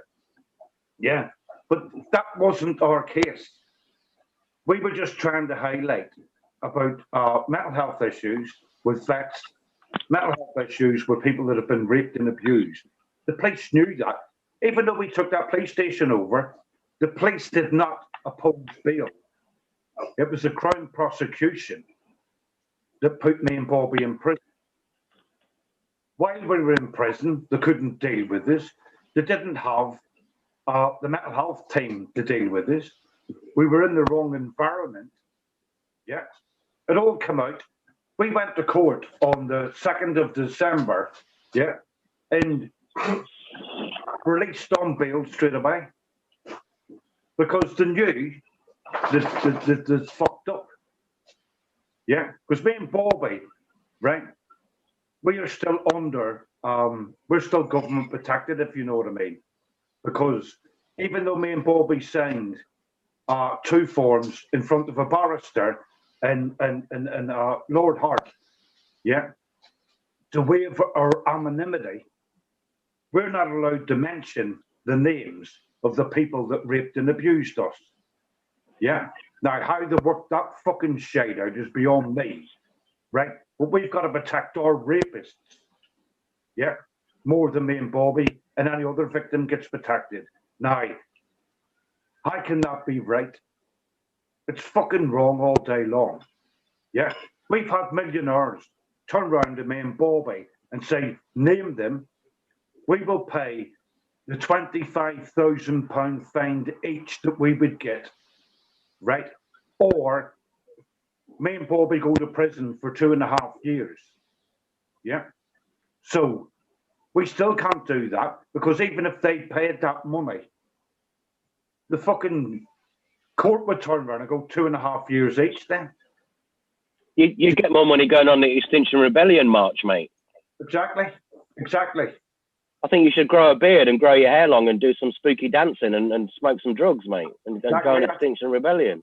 In this country now. It's fucking shocking, man. And we were coming back from Wales the other day, from Cardiff. A car in front of me, yeah, no, with a GB sign on the back of the fucker. And I'm looking at it thinking, why the fuck's he still got that on his car? Yeah. We used to be Great Britain. We're fucking not no more. Yeah. We're shit Britain.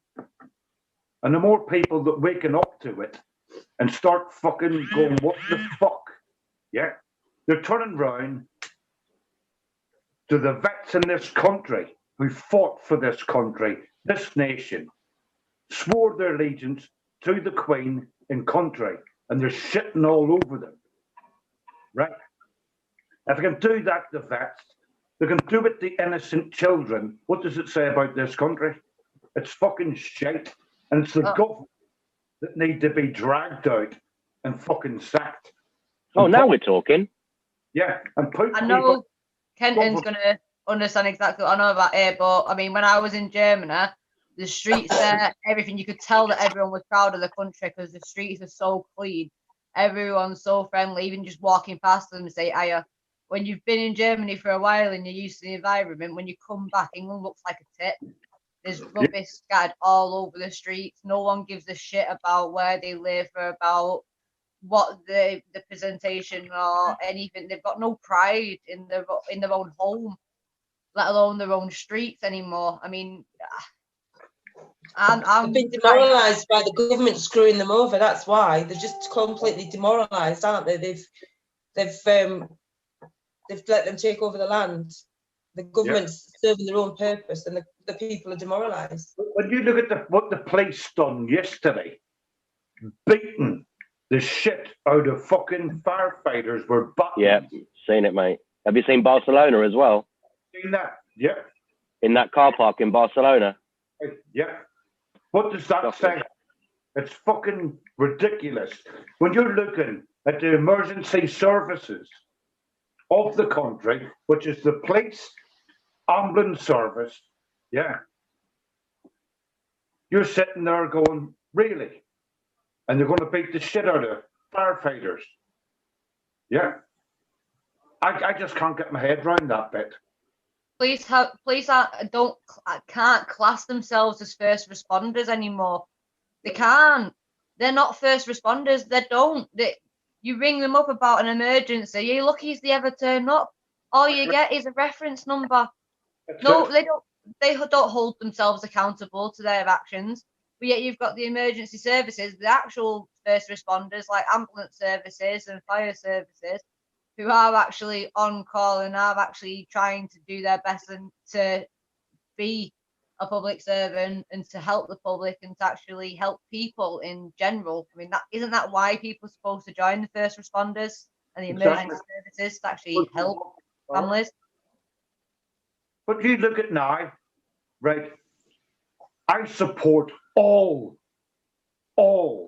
paedophile hunters, England, Scotland, Northern Ireland, and Wales. 100%. Yeah. I love watching those pedo hunters, mate. They're brilliant. They're brilliant, mate. I did go have a look to see if Kenny had done his, but I've not seen anything up, so I don't know if they've done it on a different page or not, because I was hoping we'd be able to play Kenny's one, because Jason said he could do like a screen record, but I can't find it. That's why I keep turning my screen off. Kenny messaged me the other night, Katie. Yeah. And he said, keep doing what you're doing. Keep fighting what you're fighting for. We're fighting here in Northern Ireland. Yeah. I'm a bit worried because me and Bobby want to go to Northern Ireland to do a demo, but because I'm an ex-vet, yeah, I've got to take my security into account. Yeah. So I very much doubt if me and Bobby will be able to do that, because a lot of people didn't know that whenever me and Bob, we got a massive support group in Ireland, yeah, but they didn't know that we were expats as well. So because of the circumstances in Northern Ireland at the minute, you got the splinter groups, you've got this, that, and the other. Me and Bobby have to really, consider our security. You have to. Because they would just put a bullet through me in his head. And we know that. So it's a different issue. I would love to go back, but I reckon if it did, me and Bobby did, it would be jeopardizing our lives. We've already had a credible threat on our lives, and that was back in '81. That's why we left Northern Ireland. But I'd love to go back. But like I said, do you know what I mean? It's one of them where you got to consider your safety. Do you know what I mean? And that's the only reason why we're sitting going, oh shit, I'd love to, but we can't. You've always got to ask yourself, is it worth the risk? And Exactly. to be honest, there's too many people that need your voice. You need you to carry on fighting for what you believe in. We know it's like whenever me and Bobby do our demos, yeah. Most times, Katie, and Sharon knows, right? The police come over to me and Bobby and shake our hands, right? They're not nasty to us. They're not there to they normally shake battens at me, mate. They're like that with us. Normally, me and Bobby the police are normally okay with us. But I don't want to, like I said, what happened to us, Katie, when we had our tents on the ground? Yeah? Like, you seen them taking me and Bobby to the side and chatting with him, right? Fucking like that. But that was wrong all day long. Yeah? I even said to them, don't you fucking dare touch my tent. Yeah? They didn't. Yeah? They were expats. And I fucking turned round and said, see, when I come back here, I'll have this whole field packed. Yeah? You won't fucking move us then. Yeah? And don't get me wrong, Katie. Yeah? That is going to happen. I know. I'll make sure it fucking happens. Yeah? I've got a good lot of people around me now. I've already chatted about it. Yeah? The big Dean Cumberland, you know, Dean. Yeah. Cumberpatch. I've had a chat with him. I've had a chat with other bikers.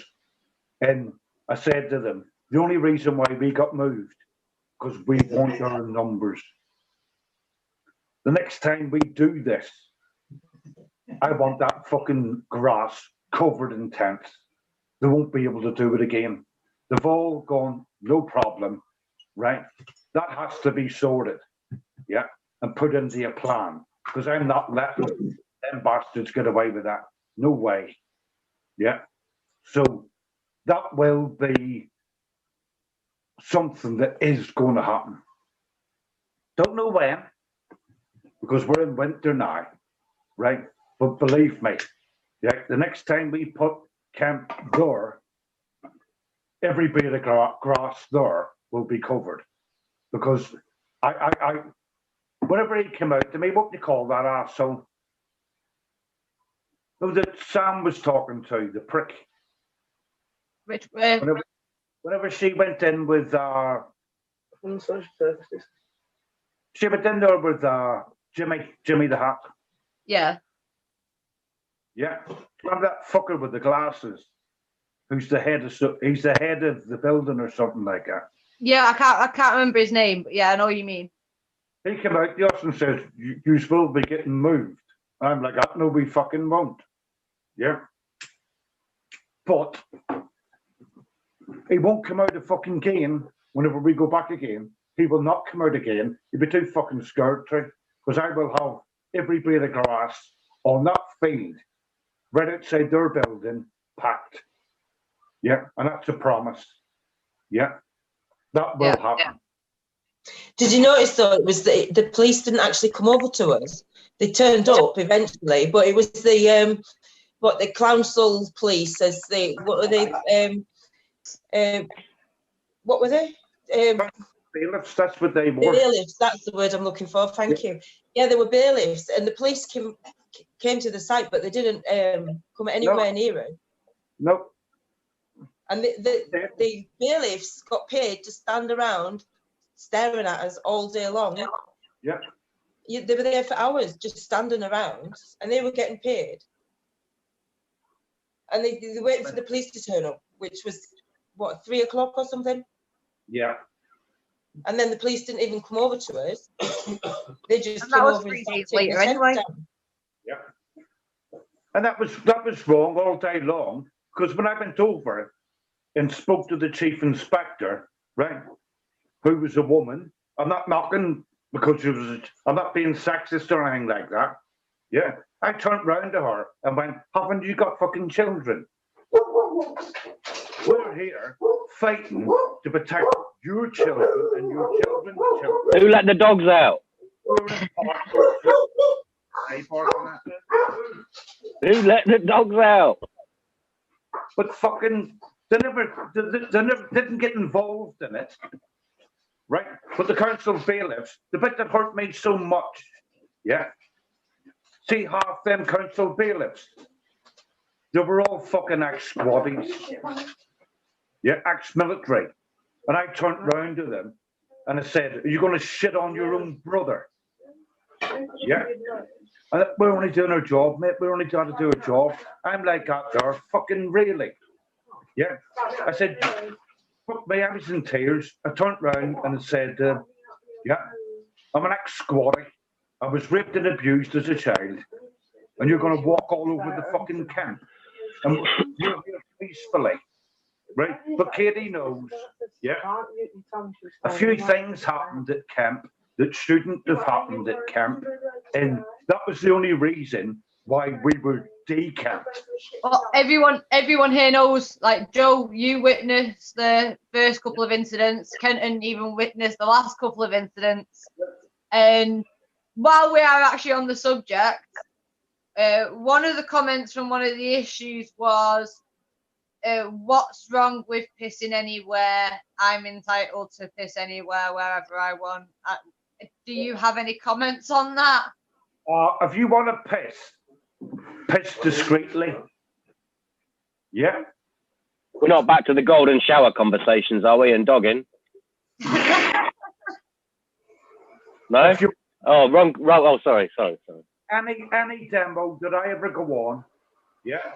Don't get me wrong. Me and Bobby, you'll always see us with the car in our hand, right? The reason why we do that is because we're talking about hurtful shit. We're talking about stuff that hurts us, yeah.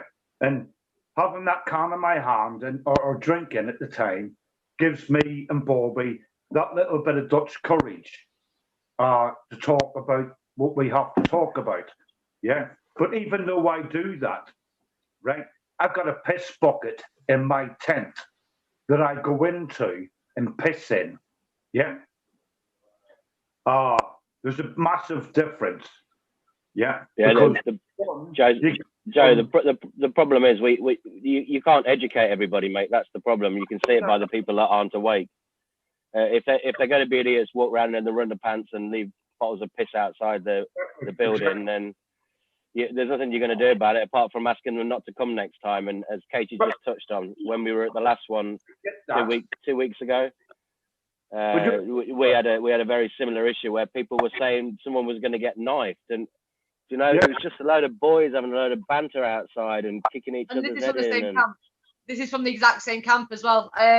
Well, everyone here was at the camp, obviously apart from Jason. What was everyone's actual all in all good and bad opinion and view of what happened with the camp? Because I mean, there were really, really good points, there were highlights, and then there were also really shit ones.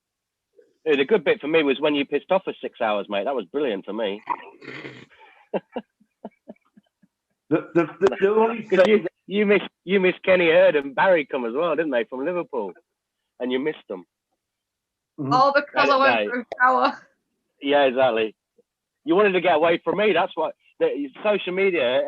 Everyone's saying you just wanted to get away from me, mate. It was shocking, I did put something up on that WhatsApp. I know it's all been changed now, and I understand what's going on. Me and you talk quite a lot, Katie. So, what's really disappointing about the stuff that came out afterwards, and I'm not talking about the other woman that's doing the rounds is a good word I could use at the moment. I'm talking about the people who were there when it all kicked off on the Sunday when the camp was packed up. This is obviously the second weekend, and the wrong end of the stick was got so much, mate. And there was just a load of blokes. We all came down from the Manchester Collective where we'd all been together.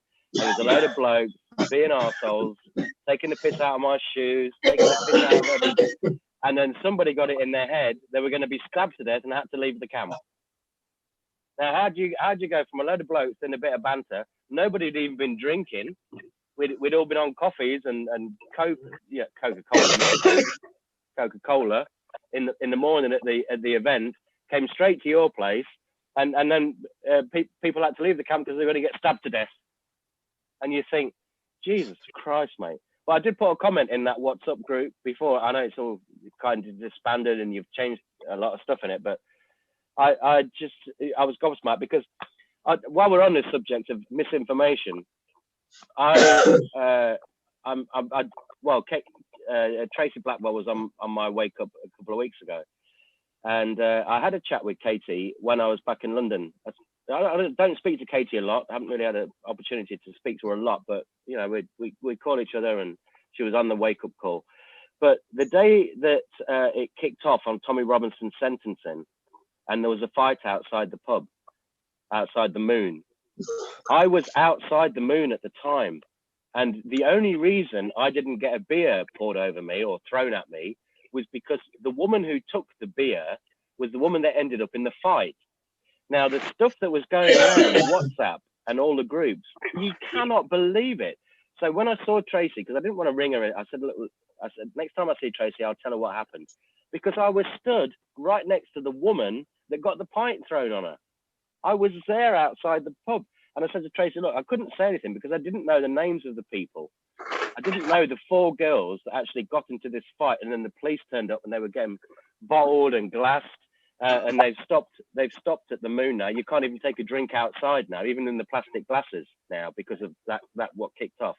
But I was there and I saw it and I said to Tracy, if you show me a picture of the girls, I'll tell you exactly who started it, exactly what was said, and how it escalated into the 4 girls fighting. And she said, there you go.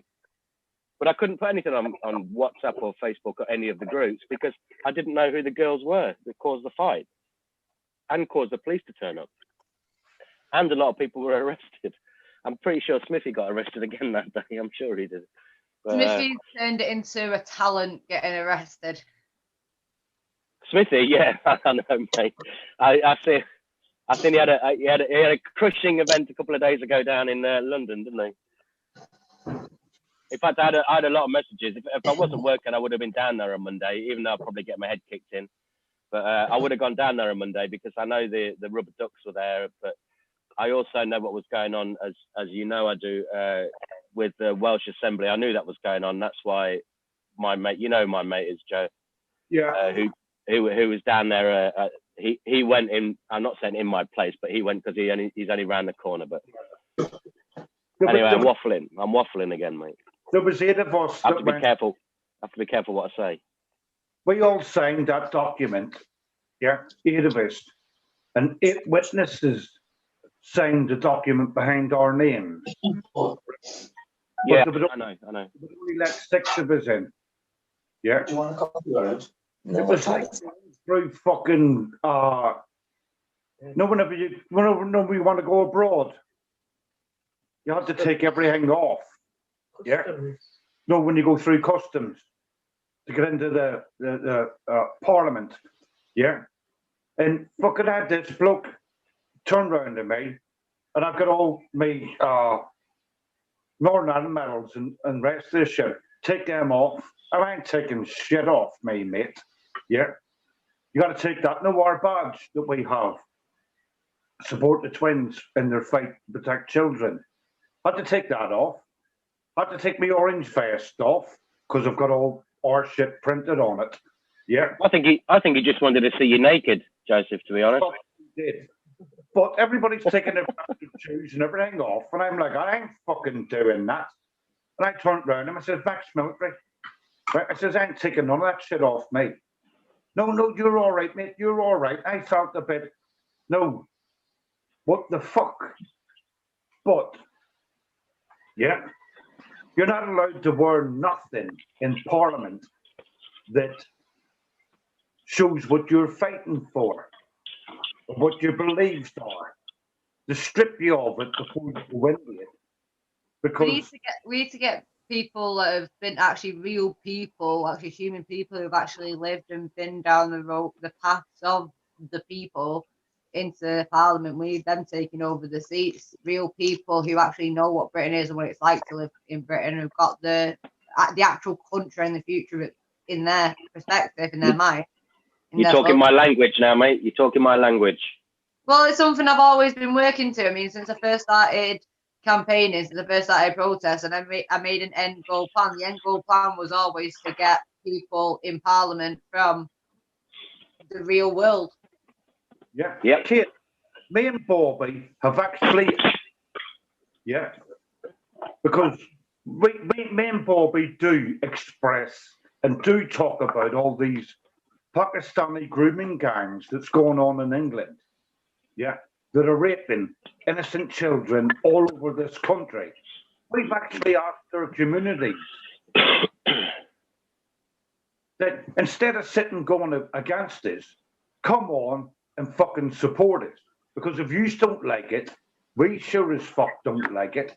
So why don't you jump on board and fucking stand next to us, yeah, You can't get no more honesty than that. But they won't do that because in their communities, if they stood up against that, yeah, they'd be getting fucking pushed out of their own communities. They'd be getting told, fuck off, because we're allowed to marry 9-year-olds. We're allowed to do this. We're allowed to do that. Yeah, and they won't do it. Right? So why are they so against it? Look at fucking, even whenever you look now at Preacher's Corner, yeah, and I said this because we didn't know when we went down to London. When we went down to London a couple of weeks ago, we did not know what park we were going to camp in.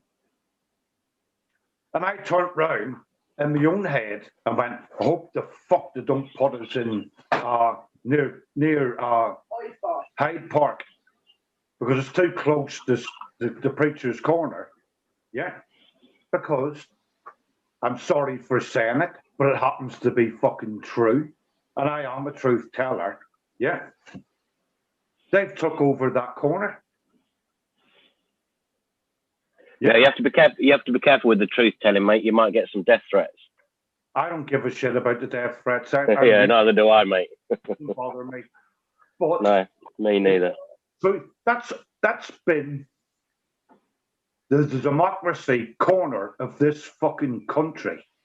Yeah. When you wanted to tell the truth, go to Preacher's Corner. Yeah. Why are we now Preacher's Corner now? Yeah. You go down there, spot the white person. I'm sorry for saying it, but right, that's been there for over 300 years. Right? Why have we lost it? Yeah. We've lost everything, mate. We're losing our heritage and our culture. One of the things we've lost everything. It doesn't matter where you want to go. You guys probably know the research I do. It doesn't matter which rabbit hole you want to go down, mate. I just don't get out of some of them, especially paedophiles. Yeah. And you know, I was at your very first Swinton do. I know you were, mate. Yeah, and one of the things that I was investigating at the time. In fact, it was a conversation I had at Green Park because we knew Clinton was on a plane. We didn't know it was Epstein's plane, but we knew Clinton was flying around in a plane. And I don't know whether you know this, but the plane that Epstein runs around in has got the same tail number. You know, every aircraft has its own tail number. Yeah. It's got the same tail number as either the FBI or the CIA's plane. Yeah, mate. This is why you can't trace it. Anyway, we do have the I have just realised though, like all of us, including Jason, we're the original Unity for Our Children. Yeah. Oh, stop it, mate. I'm like a founding father. We are. We are though. Every single one of us, including Jason, we're the original Unity for Our Children group. Every single one of us. Jason was on the other end, actually downloading and uploading our videos as we were doing them, and all four of us were there, and we all four of us spoke there and helped organise it and helped actually make it the day that it was. So it's the original Unity for Our Children. I didn't actually go. I just went there to support you guys. And you know, I picked Lucy Ward up and I picked Lee from Antifa Public Watch up, and it was just two drunk Irish blokes made me speak, mate. I don't know who they were. That was the whole point of the demo. The whole point of the first two demos was to see if we could actually pull together multiple groups together to build a platform. That's why before any platform was made, there was 2 Unity for Our Children events, and we were all at both. Kenton. Yeah. Yeah. It's an expert. Yeah. I slag the vets off when I know they get it wrong. Yeah. I slag the vets off. Yeah. For slagging vets off. Yeah. I'm part of something that when it comes to vets, yeah, I back up Northern Ireland vets. I don't believe, yeah, that if you're not a vet, then you shouldn't slag vets off. But I believe as a vet, you can't slag the vets off because we've all served the same group. Yeah. I slagged it off. When Norman McGuigan was getting slagged off and put down, when other vets have been getting slagged off and put down, yes, I don't agree with the planning. I think the planning, I could fucking organise a better piss up in a fucking brewery. Yeah. When we were in Green Park, we listened to Boris Johnson today. He promised us this. Yeah. And we fucked off. We shouldn't have fucked off.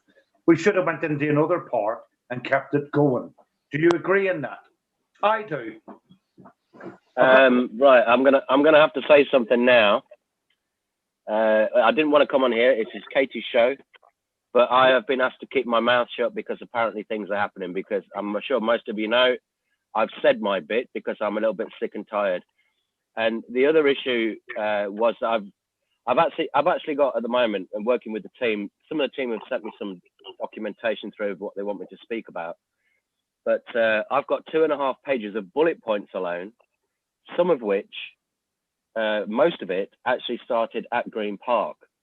Anyway, what the bottom line is, I've been asked to keep my mouth shut till tomorrow.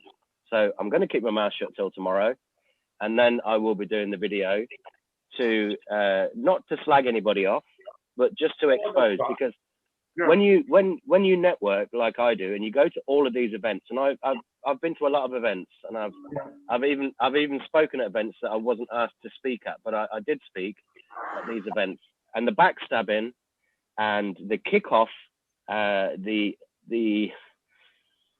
I say? I have to be careful what I say. I have to be very careful what I say, but the backstabbing and the kickoff from me speaking at events has been astronomical, mate. To the point that before the wake up video we did a couple of weeks ago, I was already getting threats, and I mean proper threats. And to touch on Norman McGuigan, I was with him in Liverpool at the Veterans Do, and there was another thing that kicked off there that not many people know about, and I'm not going to talk about it, but I saw Norman McGuigan gave me his phone, and he showed me all the messages he was getting, and he told me the lead of events that happened to him personally and his wife. Exactly. And I was like, why is this shit going on? Exactly. You know, Norman. You know, in fact, I went up to Norman at Liverpool. We were in the pub at the time, and he said, "Are you okay?" That was the first thing he said to me. Exactly. Are you okay? Yeah. He didn't. All he cared about was that everybody that he speaks to is okay.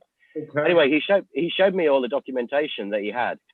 So one of the things that is going to happen is, and I know some of you know, but I will be doing a video and I will be exposing an awful lot of things that are being said about me, which I can prove categorically aren't true. For example, I'm not a soldier. That's one of the things that's been. I've heard that. Also that a certain regiment is coming after me, and also that I've got to take myself off all the veteran sites. These are the things that are being said about me. So I'm keeping my mouth shut until.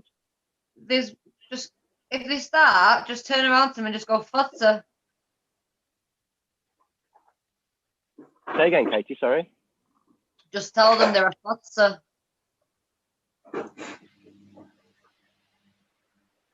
I still didn't hear the last word. Futzer. F-O-T-Z-E. Futzer. Think German. Futzer.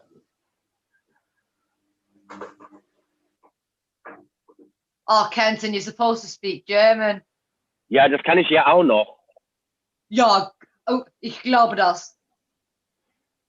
Anyway, I have to stay quiet till tomorrow, and I don't want to jump on your show, mate. It's your show, so.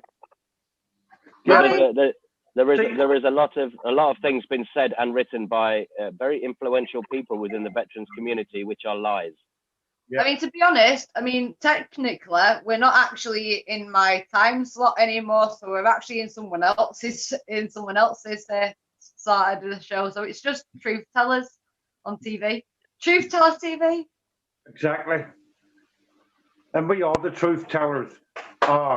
Well, we were down in Audley Court with Norman, and don't get me wrong, yeah. As a brother to a brother, yeah, because I know him so well, yeah, I'd give my life for Norman,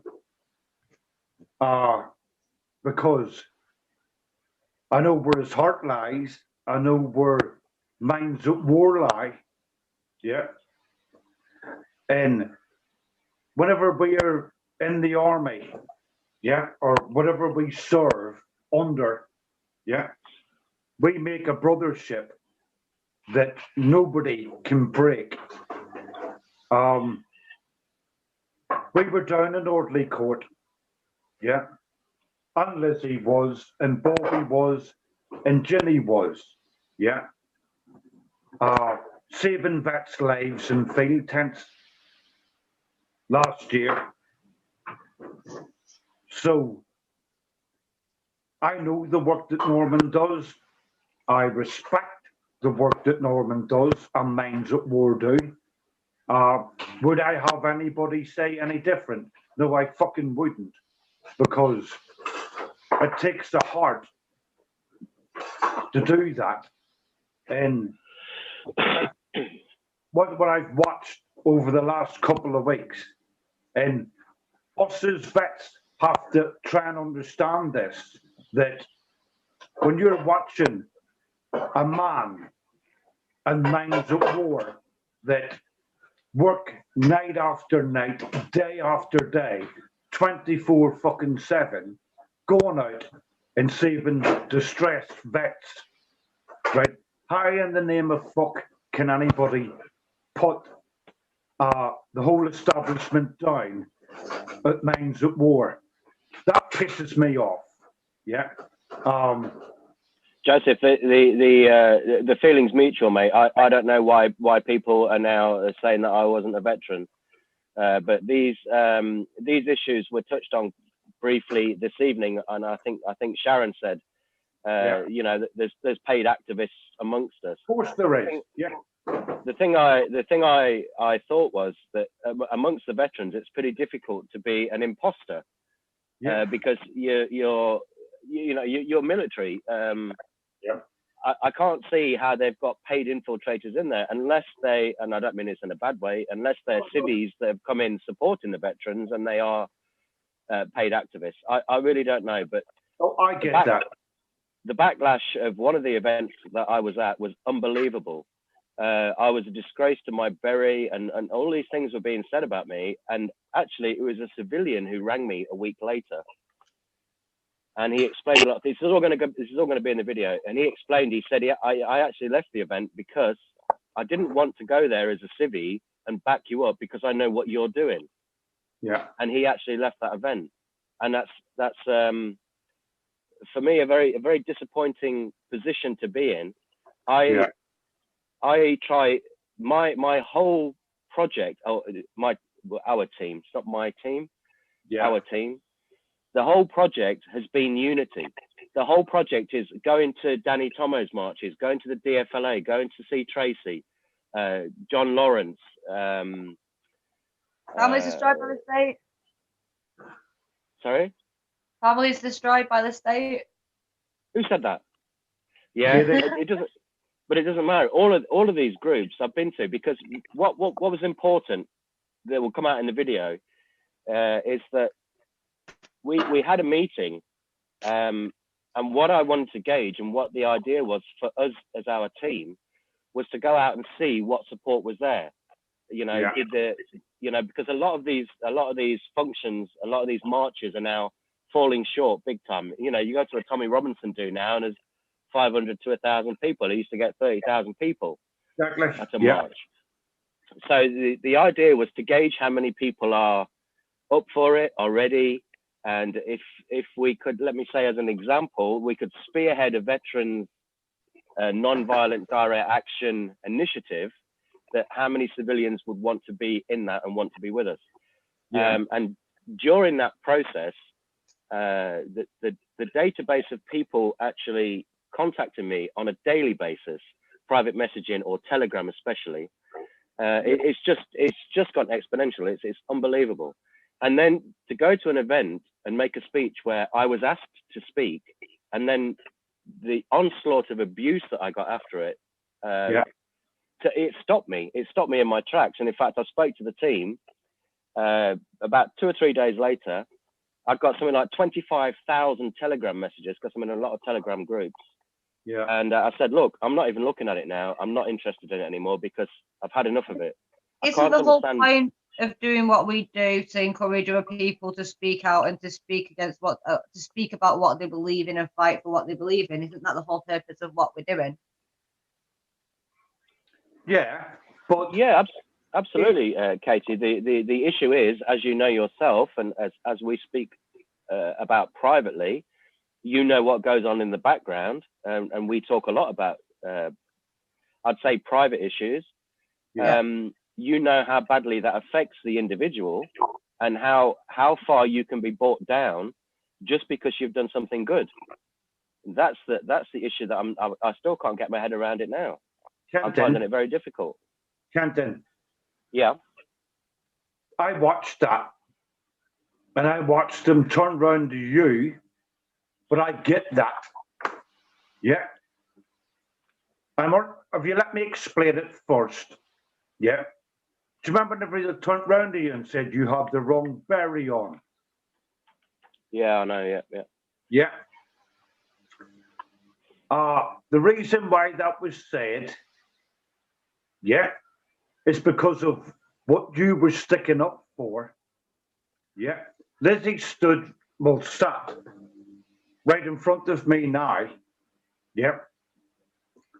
I'm not allowed to put my berry on. Yeah. I refuse to put my berry on. Whenever I was down in Orderly Court, yeah, in the back of field tents, yeah, because there's a lot of people down there taking photographs, this, that, and the other, yeah. I couldn't put my berry on, yeah, because of the fact that I'm an Irishman. Sorry, Joseph. Did somebody say that to you? No. Yeah. They were all begging me to put my berry on. Yeah. Okay. I turned around and says I can't. Yeah. And the only reason why I couldn't was because of the fucking as an Irishman, I'd get my fucking head blew off. Yeah. We know we've got splinter groups now, still in Northern Ireland. Yeah, I don't want to make myself a fucking target. Yeah. It's nothing special, but I could not put my berry on. I had other vets there going, Joe, put the fucker on. Yeah. Wear it with pride. Yeah, I want to wear it with pride. And one of the things that I've noticed over the last few weeks as well, especially with the Irish background and heritage, I mean, I've got on my old original account that got disabled, I've got pictures of me with my Irish flag. I've got Irish heritage. I mean, it was at Brexit and I had met my Union Jack with me as well. And someone trying to discredit me and trying to shift the blame off them, sent them around everywhere, trying to accuse me of being something left, right, and centre. It's becoming very hard to be Irish again, and I'm not liking the look of it, to be honest, because we should all be able to. Obviously, there are bads and there are goods and everything, but you should be at least able to enjoy your heritage culture, your heritage in general. I think one of the things I got a lot of grief from the civvy groups was the stipulations, not just from the veteran groups, but from some motorcycle groups, and it's not bad mouthing anybody, but just the stipulations that people couldn't do particular things or wear particular things.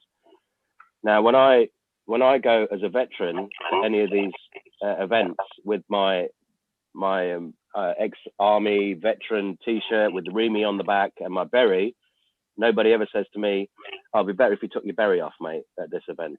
No, Nobody's ever said it. Well, you're always welcome to wear it at any of our events anyway. But one of the things I get an awful lot of messages about, and private messages, and also on the Telegram, on my personal Telegram, is these stipulations about what people can and can't do. And it's like Katie just said with the Irish flag. Unfortunately, Katie, my opinion is it's not a very good thing, because obviously with the British Army and the Irish flag are synonymous with the IRA. So it's not a negative thing for me. If people don't understand that you have Irish heritage, they're obviously going to get abusive or get nasty with you. But I've never even been to Ireland. When you look at the Irish Guards, yeah. When you look at certain regiments in Northern Ireland that are Irish regiments, what flag do they fly under? Yeah. So does it mean that if you put a flag up that's got green, white, and orange on it, or the Union Jack, does that make you a different person? No, it doesn't. No, it's not. No, it's not. No, and what Katie said is right.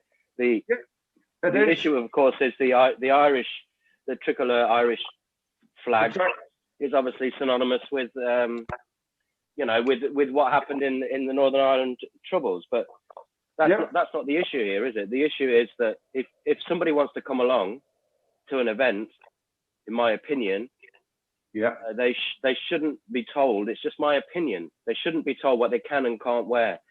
Now, I had a conversation today actually with somebody who's been on a lot of marches with me. He's also got a few kickings from the police.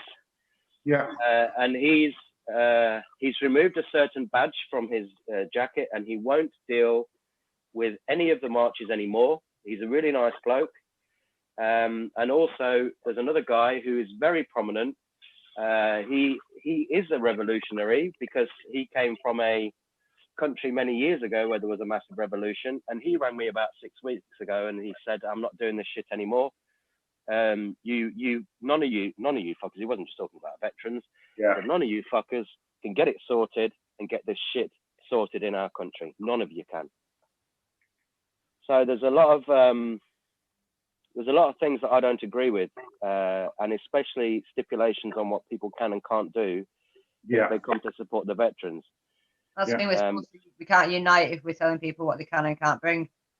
I mean, there is an accusation floating around somewhere that apparently I tell people what they can and can't bring, and tell people what they can and can't talk about, or even tell people if they can and can't speak. I mean, you guys have all been there. Yeah, I know, Katie. I know the struggles that you're going through. They're not dissimilar to mine. All right, Sharon.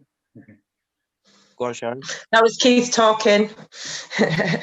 Go on, get in there. I thought you were going to say something there, Sharon, for a minute.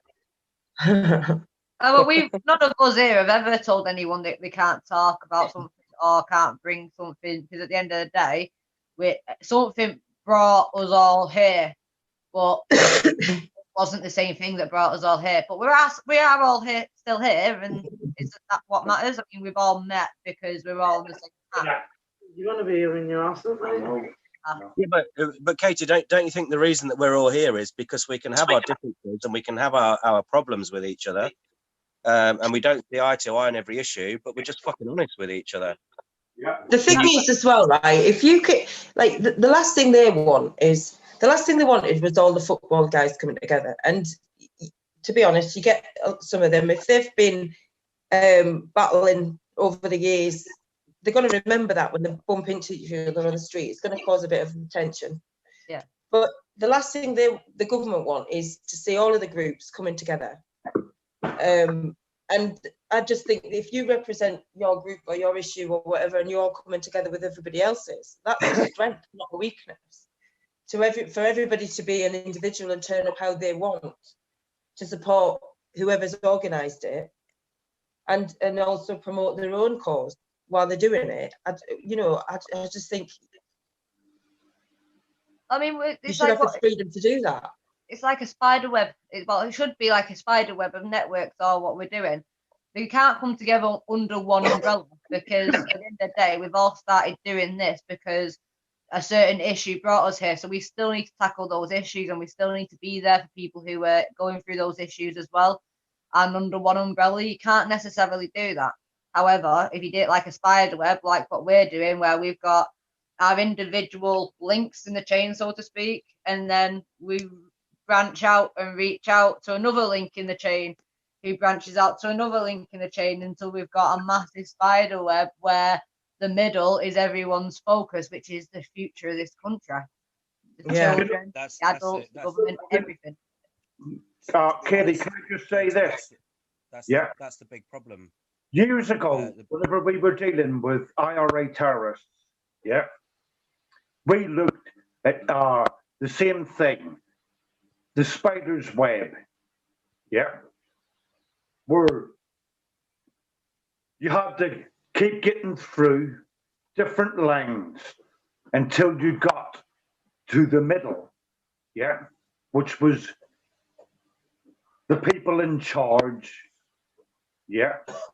So British intelligence used the spider's web, where it was all infiltrated through different channels, right, to get to the middle, to see who the top commanders were, who the top leaders were, In our groups, there is no leaders, We're all individuals, we're all people that have different agendas, and we are the truth tellers. We're the ones, right, that is basically exposing the whole web of deceit that's happened in this country for decades. So the government do not like it. The authorities do not like it, right? Because we're exposing it on a massive scale. And they're the ones that's running scared. We, the truth tellers, aren't running scared because we know what we're on about. And that's why, don't get me wrong, we need to keep the pressure on. We need to keep doing what we're doing. And like I said, if they can break vets down, which they're doing, they could break the public down so easily. But they can only do that if we let them do that.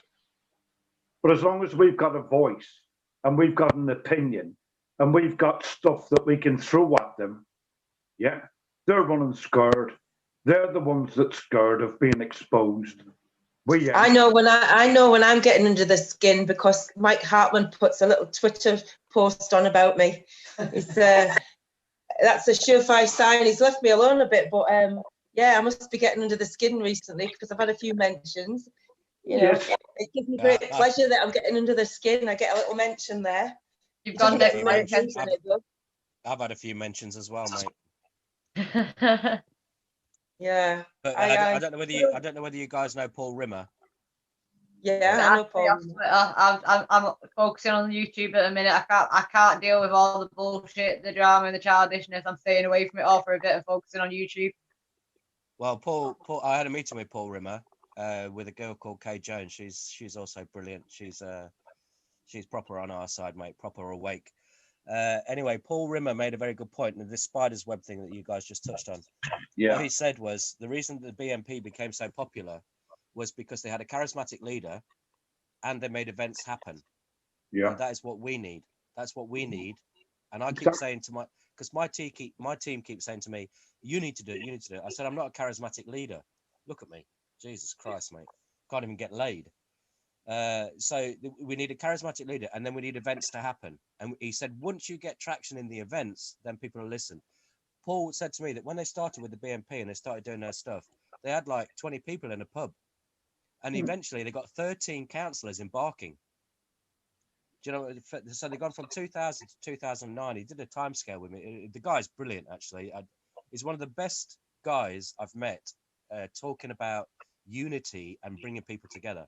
I haven't spoken to anybody better than him at doing it. He's absolutely brilliant, and he sends me funny little messages like "keep going, squaddy" and stuff like that. He sends me funny little things like that, little SMS text messages. But his principle was perfect, and it's something that we need to do. And I don't see it happening because, again, I have to be careful what I say, but there's a lot of videos have gone out about we're doing this and we're doing that. And then when I go to these events as a veteran with my beret on, people say, you're a fucking twat because you fuckers keep saying that you're going to do stuff. And you're fucking here today. And I'm the one that's getting it in the neck because people keep saying stuff's going to happen and it doesn't happen. So if we made these events happen with a charismatic leader, we would get some traction. And we don't get traction because marching around and doing the stuff that we're doing and putting videos out about what we're going to do, we don't do, it's just discrediting us. And I am getting it in the neck all the time when I go to these events, apart from people obviously who understand that I am also a truth teller. I am getting it in the neck from all the other groups that I meet and network with. Well, we know why you're fighting. We know that you're fighting for justice. So we go off our own opinions, not everyone else's. Is Jason still about? Because I've just gone on the bloody chat. It's 9:10, and apparently the third show of the night starts at 9. And I'm wondering if he seems to think that I'm going to take over 3 shows. Hey, I've got to get up at 4:45, mate. I know, and I've got to drive home from Keith's yet, so that's about 40 miles. So I'll be going shortly. I know, my back's starting to work as well from being out so much, and Joe's been waiting to go for his seat for about 2 hours. And my gums are aching from all the fucking chat I'm doing, mate. I don't believe in drinking and eating at the same time anyway. Oh no, but we have honestly we have got a very difficult task ahead of us because all the networking it's just not working, mate. No, it's just not working, and we just cannot get the unity. And every week there's something comes out, and every week, and then when you call people out and say, I'm going to say the word cunt. You say that, and everybody gets all snowflakey about it and starts putting death threats out, and it's just I don't know, mate. It's becoming a little. Well, you know what? The men have had a few years now to try and sort this shit out, and now it's time for the women. And you know, the women that get in touch with Justice Page, a lot of them that I've spoken to are now setting up their own groups, their own pages, getting people in their own areas. So if we can get more mothers out there, which you know. The more women that come out, the less thuggish they can say we look. Do you know what I mean? It's. Do you know what, Sharon? There's something that I touch on a lot. You know, when I go to these meetings with girls like yourselves, and you spoke at Swinton when I was there the first time, and you speak to people like Katie and Joanne and Angela. You speak to all these people who've actually had something physically happen to them. Whether it's their child taken or they've been abused, like Joseph and Bobby.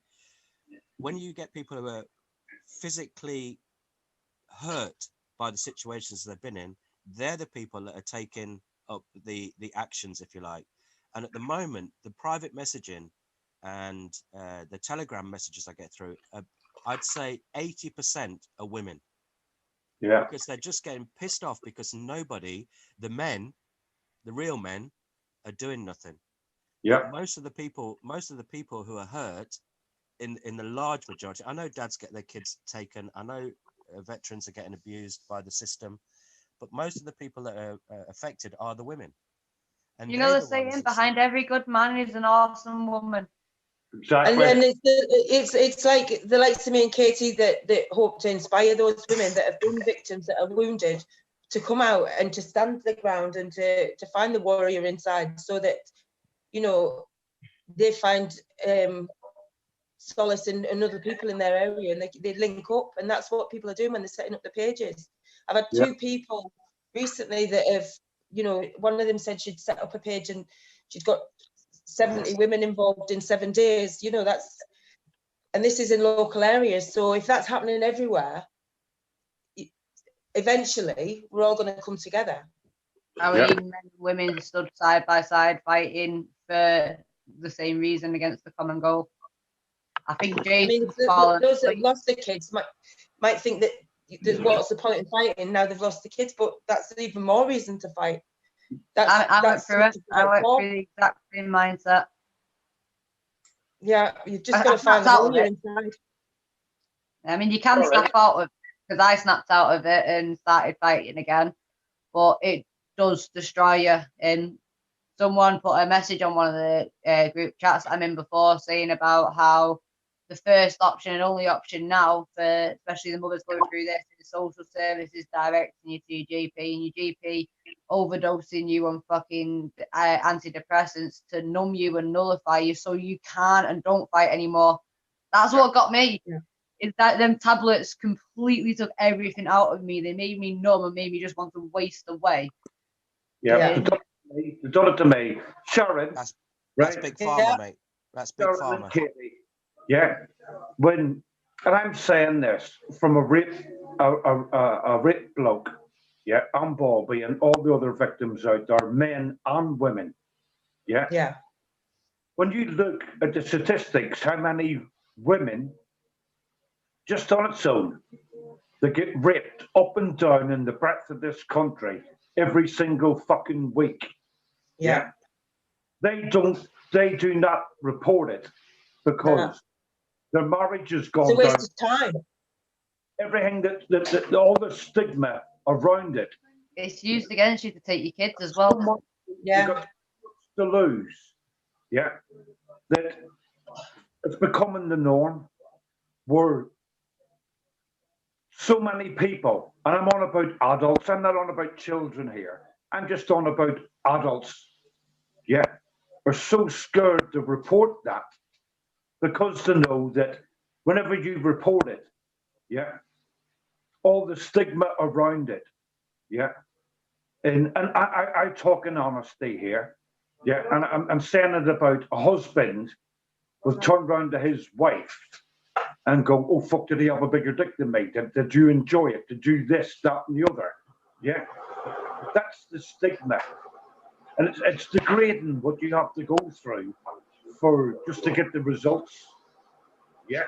If you're a rape victim, you're not the victim in the court, you're a witness. And you have to prove your word over theirs in most cases. And so what happens when you report it? You wait a year or more for it to go to court, for them to get off with it, because the judge will always tell the jury that they have to go on the evidence. And if it's your word against his, they have to let them off with it. So that's just another year of torture when they could be spending that year recovering and hopefully getting angry about it and taking to the streets with those other women that are already on the streets, getting angry about it and trying to make a change. And that's all we can do is reach out to those people to say, set by example, lead by example, and inspire them to come out. Because the more of them that go, no, we're not having it, we want the law changing, then they have to take notice. But there's so many victims out there, but so few people taking to the streets. And it's those people we've got to tap into, because we're preaching to each other otherwise, and we already know the score. Yeah, exactly. Yeah, Sharon, what do you think is the solution, Sharon? Right? If you have a short skirt on in the fucking summer, or you're dressed, whatever, right? Do you deserve to be raped? No, you don't. No woman deserves to be raped because of what they were in the summer. But that's what happens. Yeah. Oh, she was asking for it. She was this. No, that's fucking wrong all day long. Yeah. You can still go out with your friends, dress how you want to be dressed. Yeah. And excuse the pun, I'm only just saying it as an example. Yeah, because I do respect women. Right? Even if you were dressed as a fucking slag, you still do not deserve to be raped. End of story. Yeah. I dress like that every day, mate. I'm sorry for putting it that way, but Sharon, yeah, my microphone was muted all the time when you were speaking. What do you think the solution is? What would be your way forward now? The way forward is to... You're not Sharon. 1 minute, Joe.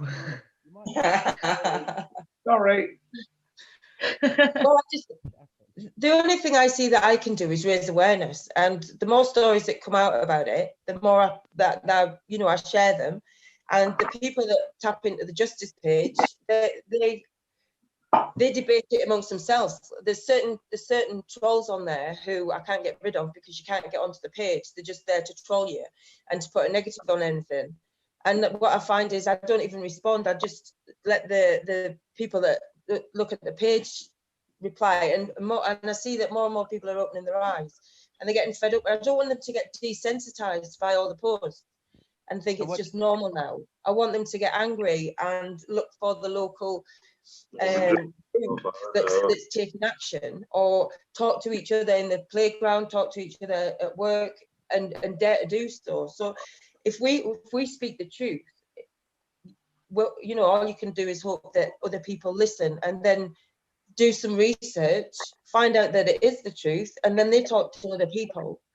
But also give the victims, the people that are going through it, someone to contact. I get people calling me through the page. So it's just putting them into contact with other people. What we need as a group is a team of legally trained solicitors, whatever, that are willing to fight against the establishment and support these parents in the family courts. We're not going to get that, mate. No, I know, but there must be some solicitors out there that have got a moral compass that would stand against it. And I have met some people willing to do that. But any avenue that we can get any real media coverage rather than the biased bullshit is, if we can get it out that way, then people take notice. I know they block you on Facebook and they've stopped me doing live feeds and all the rest of it, but you just have to keep going. You just have to keep speaking the truth and hope that people start to listen. And when something hits a chord, because people don't want to know all of the issues, right? I'm different. I want to know everything, but people they get blinkered on whatever issue that concerns them, and that's fine because we all have our role. I just like to know what's going on everywhere, and I like to see what people are doing about it. And I have noticed more recently that there's more and more little groups coming out for the veterans, or coming out for the kids, or coming out because they've been in narcissistic relationships and they've found strength in each other and talking to each other and things. And when you open those networks of communication, when people start to listen to each other and they find something that resonates with them, they will take part and they'll take it forward, and they'll see that other people are doing something, and it sets the example, and it motivates people. And that's all we can do, is motivate people to, dare to speak the truth. And lead by example, show people. Yeah. No one's going to join anything if they don't know what they're getting into. If they know when they see other people doing it, they're going to do it. Same as how kids learn, monkey see, monkey do. We all learn the exact same way. Can you hear me? I was at a demo. I was at a demo at the beginning of the year, and I'd said that the sexualising children in the education system and teaching 12-year-olds how to masturbate. And this woman come up at the end and she said, that was ridiculous what you said about the education. You just want to be on the telly, right? So then about 3 days later, my daughter phones me. She says, oh, Mum, there's a woman on breakfast TV talking about how she goes around the schools teaching kids how to masturbate. And I said, I hope that woman's watching, because even if they don't want to believe you, because they don't want to hear it, and it sounds too ridiculous to be the truth, something else comes out that confirms what you've said and future-proofs past. So I don't mind talking while nobody's listening, because something resonates, and then something else comes up and they go, oh, actually, that was the truth. Actually, yeah, there is something in that. And it's just that opening people's minds a little bit. Even if they think it's ridiculous, they might take notice of it and find that it's not. So I mean, we can look at one of them puzzles that say can you see the bunny or the whatever, and as soon as you see one, you can't unsee it. I mean, as soon as people are awake to something or hear about something, all of a sudden they'll pick up on certain things. Like when you're pregnant, all of a sudden you start seeing pregnant people everywhere. Yeah, And the thing with, I used to think that we needed all the groups to come together. We needed masses of people on the streets. We needed everyone to support every group. And I went along. Me and Keith went up and down the country supporting everybody, hoping that they would all support us back. And at our demos, not many people would. But like I say, if you've got the video out there, you've got the message out there, it counts anyway. But I'm not in that frame of mind anymore that we need masses of people all to join forces on the street and demonstrate. I'm more of the mind that we need pockets of people. I mean, in December last year, I tried to get a speech going all around the country to hopefully kind of inspire people to set up their own group in their own town to tackle those issues. And because, you know, these smaller groups can come together eventually. And that's where I've gone back to. It's like, if we can inspire people to set up their own like support groups or awareness raising groups or looking at the news and researching it, because when somebody first falls upon it, they get really excited about it. And well, they go through the range of like disbelief, and then they get really excited about sharing what they've just learned, because they realize that they didn't have a clue about that. Nobody was telling them until they researched it. So they pass it on to people that haven't done the research, and it inspires them, hopefully. And that's all we can do, is spread that around. So there's a network across the country of little groups, if they have to be, 1 or 2 people with a page that's sharing the same things to get that message out there to as many people as possible. Sharon, I agree with you 110%. It's even if you reach 1 or 2 people a week, you're reaching to them, they're reaching to other people, and this is what will make it grow.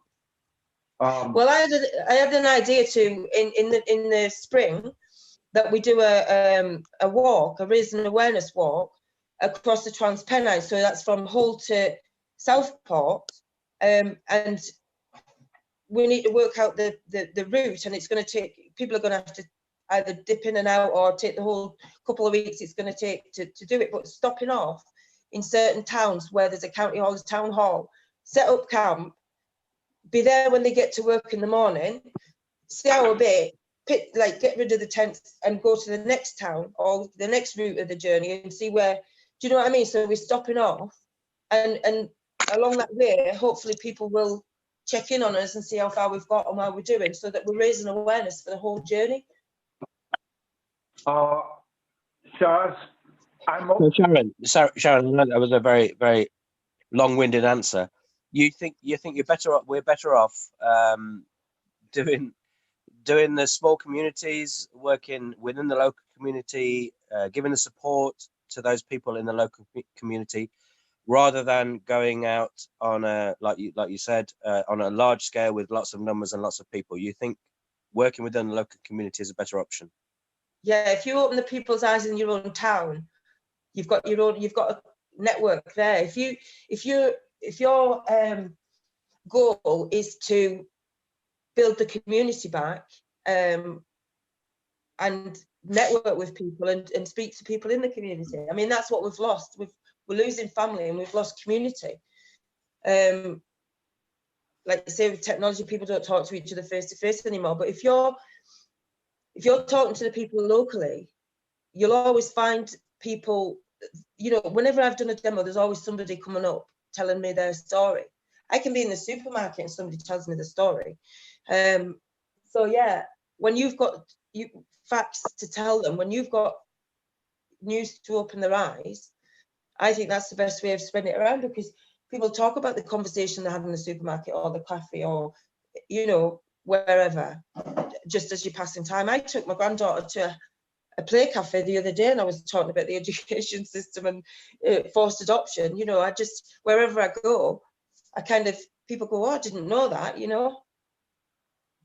But they look into it, and if it makes sense to them, they can, you know, accept what you're saying. Well, I had this conversation at the Manchester Collective. I was with Jim Edwards and John Lawrence till about 3 o'clock in the morning, ironing all their flags for their campaign, drinking cups of tea. And one of the conversations that we had was whether or not exactly what you've just said. We should be doing it in these small communities. Hence the Manchester Collective. They want to go out. In fact, they're doing a really good job in the fact that they're trying to teach people to speak publicly, approach people, have a debate with people or a discussion, whichever way you want to phrase that, because a debate and a discussion are two different things. And I said, we don't have time for that. My speech was basically to say we need more NVDA, we always call it non-violent direct action, to ensure that the big change is made. Because once the big change is made, it's only my opinion, then all the other little things will fall into place. Because if for example, like the Welsh Assembly, if it happened in Parliament, all of these little fuckers that are being exposed on Telegram, and I see them now, all of these councillors being put on Telegram, people are just putting their faces up and exposing them. They're going to run to the hills if something should happen on a large scale with big numbers. And whilst the local community is perfect for your local community, you can only affect that local community. Whereas if we could affect the country as a whole, I think a lot of people will be smiling. At least 17.4 million people will be smiling. And I think a lot of forced adoption, forced alienation, the veterans prosecutions, I think a lot of those people will smile rather than trying to go down the community route. That's just one of the things. Yeah, well, I think, you know, like I say, I've been up and down the country. Last year, every weekend I was somewhere new. Me and Keith went all over supporting everybody in the hope that we would all come together at some point, the veterans, the DFL, everything, right? And we've witnessed as well that it's just not happening, right? For whatever reasons, egos get involved or whatever, right? People go, they get protective of their own group, and it's like, I don't have that attitude, right? I'll support anybody if they're fighting for this country, whatever the cause, and I, you know, in the hope that that would come back the other way when I'm fighting for the children or whatever. So what I've seen that it's not coming together. In fact, it's even more splintered than it ever was. Yeah. So for me, in an ideal world, that was how I started out thinking. When the FLA formed, right?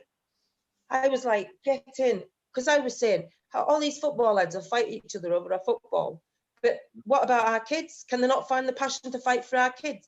And then the bombing happened, the FLA created, and then what happens? The guy's ego got in the way. He discredited the whole lot of them. One person had the power to do that with his actions, right? They should have stood strong and went, we're still the FLA. No, we'll change it to the DFLA because some of the ego wanted to take over. And that's what happened. So the bigger the crowd, the bigger the ego, right? I want a piece of that. I want to be in the limelight. No, these little groups, they've got a passion for their community and they've got a passion for their kids in their community. So you get all these little groups and then come together in a big group. It's like your football teams, right? You've got your teams in each town or whatever. They can come together as a region, and then, you know, as a nation, that's where you've got to build up. We've got to build those networks up, the small ones up, to bring, you know, so that like you've got the northeast groups all fighting for their town's safety, for against rape and against abuse and whatever else, social care, whatever. They're all coming together. And then they meet up with the town next door, or they have a demo, so they think, oh, that demo's on, we'll go to that. We have to start from there, but we have to get more women out. We have to get more victims of the state out to talk their truth and to tell their story and not be ashamed of what's happened to them, because it's, you know, we have to, that's how I see it anyway. I think we've tried getting everybody together, but the egos get in the way. Sharon, if you get somebody that's passionate in their area to get a group of people support, you know, they find strength in that, and that grows, that will grow. It's so rewarding to speak to somebody like you, mate. And I'm sorry we didn't speak when we were at Swinton, but I understand your point exactly, and I've seen the divisions, mate. In fact, since Green Park, in my personal opinion, everything has gone downhill. Yeah, I agree. Because a lot of threats were made, a lot of promises were made, and none of them were kept. They bowed down at the first heard, yes, fair enough, people stayed in the park, but as soon as the Queen's coming back, get off my lawn. Oh, right, guys, we've sworn allegiance to this woman who I believe is the heart of the rot. You know, but I won't be popular for saying that. I'm just as awake as you, mate. I know. But so I can't swear allegiance to anything that harms humanity, as far as I'm concerned, and that starts with the children because they're the future. And you know, the adults will have to deal with their own shit. You know, everybody has shit for a reason. It's so that you grow and become stronger. And if it's lessons and blessings, everything that's happened to me in my life is a lesson or a blessing, and I take strength from that. So that's what I want other people to do. How dare you? How dare you? Kenton. Makes me laugh. Whenever Sharon, it's an absolute pleasure for you to open up and actually say something, because I know Katie wants people like you on the show because you have a lot of intelligent stuff to say, and it's important that you keep up that work, mate. It's very important. It's all about shining a light. We need to shine a light on the darkness. We do, mate. I've been shining the light, and I've been shining the light, and I just keep getting called out for it, mate. Well, guys, shine it in their eyes and walk away. Oh, I have. I told them to come and get me, mate. I don't care. I've just spoken to Jason Tyler. The reason he's not come back on is because the lazy twat fell asleep. He went to bed. Really? Yeah. Mofo.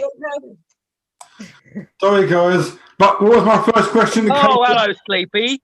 What's my first question, Katie? Were we boring you, mate? My first question to Katie is, I fell asleep. Please tell me, what shit has Kenton got me into this week? None. Hey. I've now got... What's that, Joe? Kenton, I've now got plausible deniability. I fell asleep. I didn't see it. I didn't witness it. Jason, I'm gonna have to tell you something, yeah, because I haven't said this because I've had to keep my mouth shut until tomorrow because apparently something big is coming out. How the fuck have you managed that? What? Keeping your mouth shut for a week. Yeah, well, exactly. Well, I've had to. Let me tell you, mate. I am absolutely gobsmacked, and I know exactly what was said on that wake up weekend, the wake up Thursday. Do you know what, mate? I have had 25-1 support. 25-1. People ringing me, PMing me. Well said, mate. At least somebody stood up and said exactly what everybody's thinking. I can't believe the messages. And these are people who now won't support any veterans, any DFLA, any yellow vests, because they're so sick and tired of the bullshit that's going on. They won't do it anymore. And they're ringing me and saying, thank fuck somebody's actually said it. I say it too. I say it. I believe Joe wanted to say something as well, but I don't know where he's gone. For a pig. Oh, right. Are you still there, Jason? Yeah? I'm still here. Yeah. What were you saying, Joe? So I can send you all the messages. I know you sent me a lot of messages, Jason, about the stuff that went on. Sorry? Joe keeps trying to ask something. I wanted to hear what Kenton was saying. Yeah, I can say. I don't want to say too much, but all the stuff you sent me about. I'll just say the King's flag thing. Yeah, all that info you sent me. I can send you exactly the same info back about all the people that have fucking death threatened me and called me out and called me a cunt because I said that word. I can send you all that info, mate, if you want. No, I don't need to see it, mate. You don't need to see it. Okay, cool. Just in case you want to, I'm going to put something together anyway. I've just got to keep my mouth shut until tomorrow. And like you say, it's going to be surprising. Yeah, message me if you want to, but I'm not that interested in anything to do with the whole King's flag thing. It's boring me now. No. Like you sent me that info, I can send you the info about the people that are calling me out. Oh, right, okay. That's what I meant. Sorry, mate. I said that the wrong way. Yeah, regarding your last appearance on Wake Up UK, I had nobody contact me at all about it, apart from, and I'll say who it was. It was Sean Morris. He contacted me. He said, "Have you had any grief?" I said, "Grief about what?" He said, "About what Kenton said on the show the other night." I'm like, "No." He said, "Well, I've had people contact me And I, well, why are they asking you, Sean? They can contact me, can't they? I said, give them my phone number. Tell them to phone me. To this day, I've not had any phone calls. So would it be all right if we did this again next week? No. I'll tell you. I'll tell you something now, Jason. Yeah. Yeah. And I can prove this, and I have the video recording. On the Friday morning, I had a lot of telephone calls from people who support me, and support the network and everything I do. A lot of people, and including Joanne Rimmer. Actually, she actually rang me as well, Katie, on the Friday morning. So I had a message from a certain individual who I named in that video, and the message from that person was, "You will show your face tomorrow at the London event, the Veterans event." So I immediately PM'd with a video with my face on it, and after 1 minute and 38 seconds, the call was cut dead because apparently there was a bad connection. So I called again with my face on the video to a certain individual that I called out, and it wasn't answered. I can show it you, mate. Because before we move on, guys, we have been on here for a while, and I do want to hopefully end this shortly, but would we be able to do this again? And Joseph, you've been meaning to say something. You've been trying to say something, and I want to give you an opportunity to say that. Because what I'm going to say, but I deal with child rape because we were raped and abused as children. I'm an ex-vet, and what I'm saying to the vet population,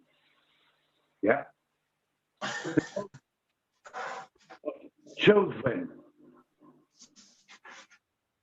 we are protecting your children, and we are protecting your children's children. Jump on board with this. We're truth tellers, just like you are. We want the same results that you want. We don't want no Northern Ireland vets being prosecuted for war crimes in Northern Ireland.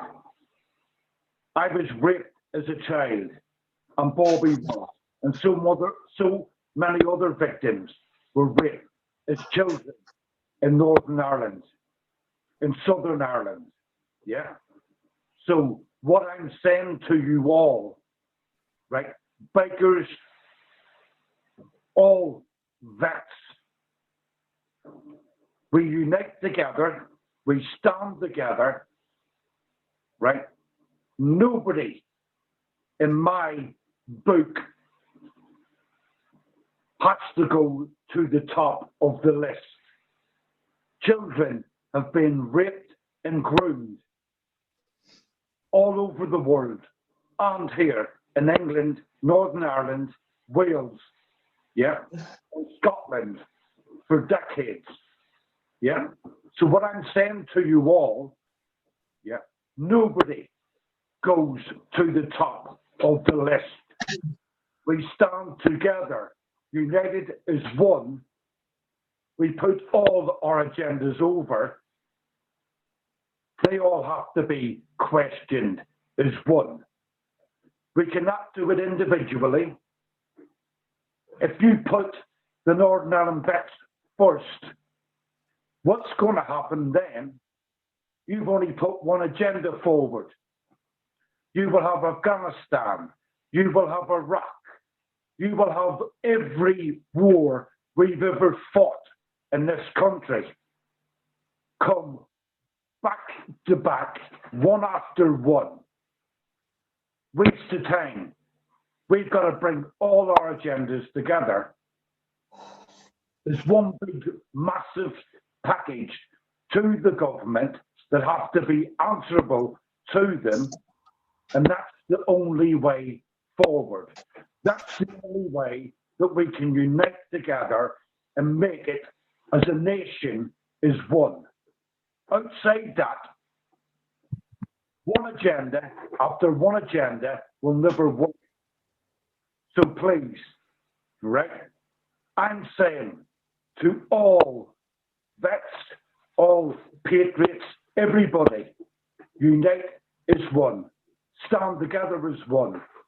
We will have thousands of people on the streets.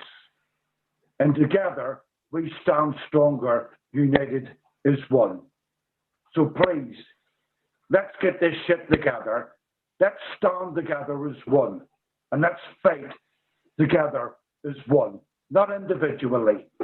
Let's stand together as one and bring this fucking country to its knees, and let's rebuild this country and make it great again. Thank you. Well, on that note, I'm going to leave you guys. One love, one people.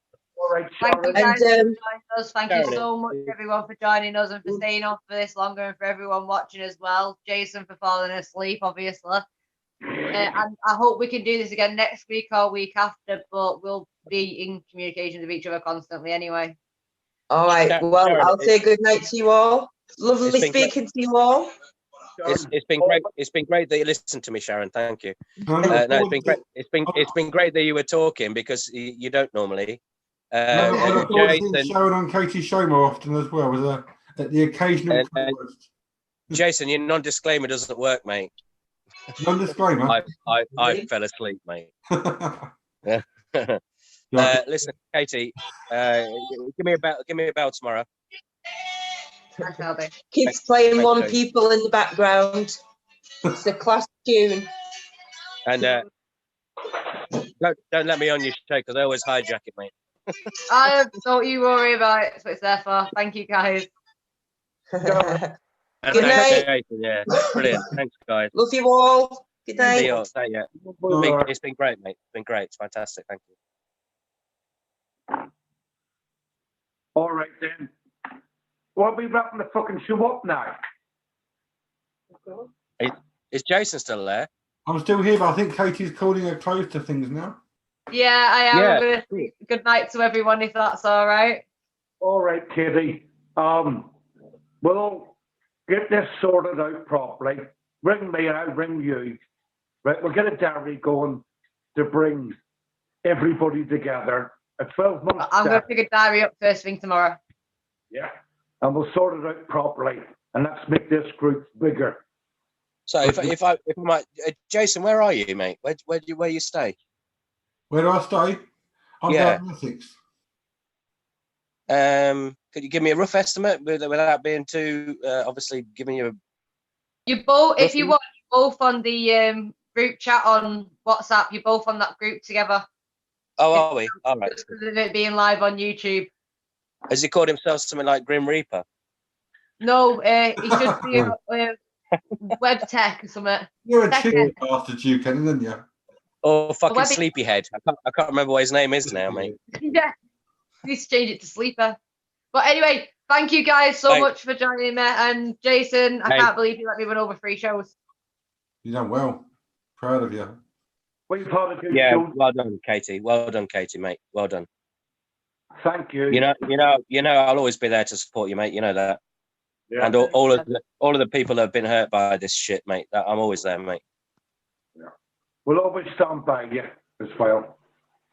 Thank you, Joe. Thank you, Kenton. And I'm going to wish you all a very good night now. And I'm going to have a painkiller and chill out because my joints are really hurting. Katie, I'll see you again, love. Just ring me anytime you want. No worries. Well, we've got that tomorrow as well, so I'll be ringing you both tomorrow anyway. Yeah. Make sure Joseph gets my number, mate, because I don't think you've got my number, Joseph. I've just added Joseph to the same group chat I was on about before, the KJ group chat. Okay, mate. Joseph's also on there as well. Kenton, we're linked up as friends on Facebook. You can message me on there if you want. What was your name again, mate? That's nice. You come on in twice and don't even know my name. You're like such a great crusher, aren't you?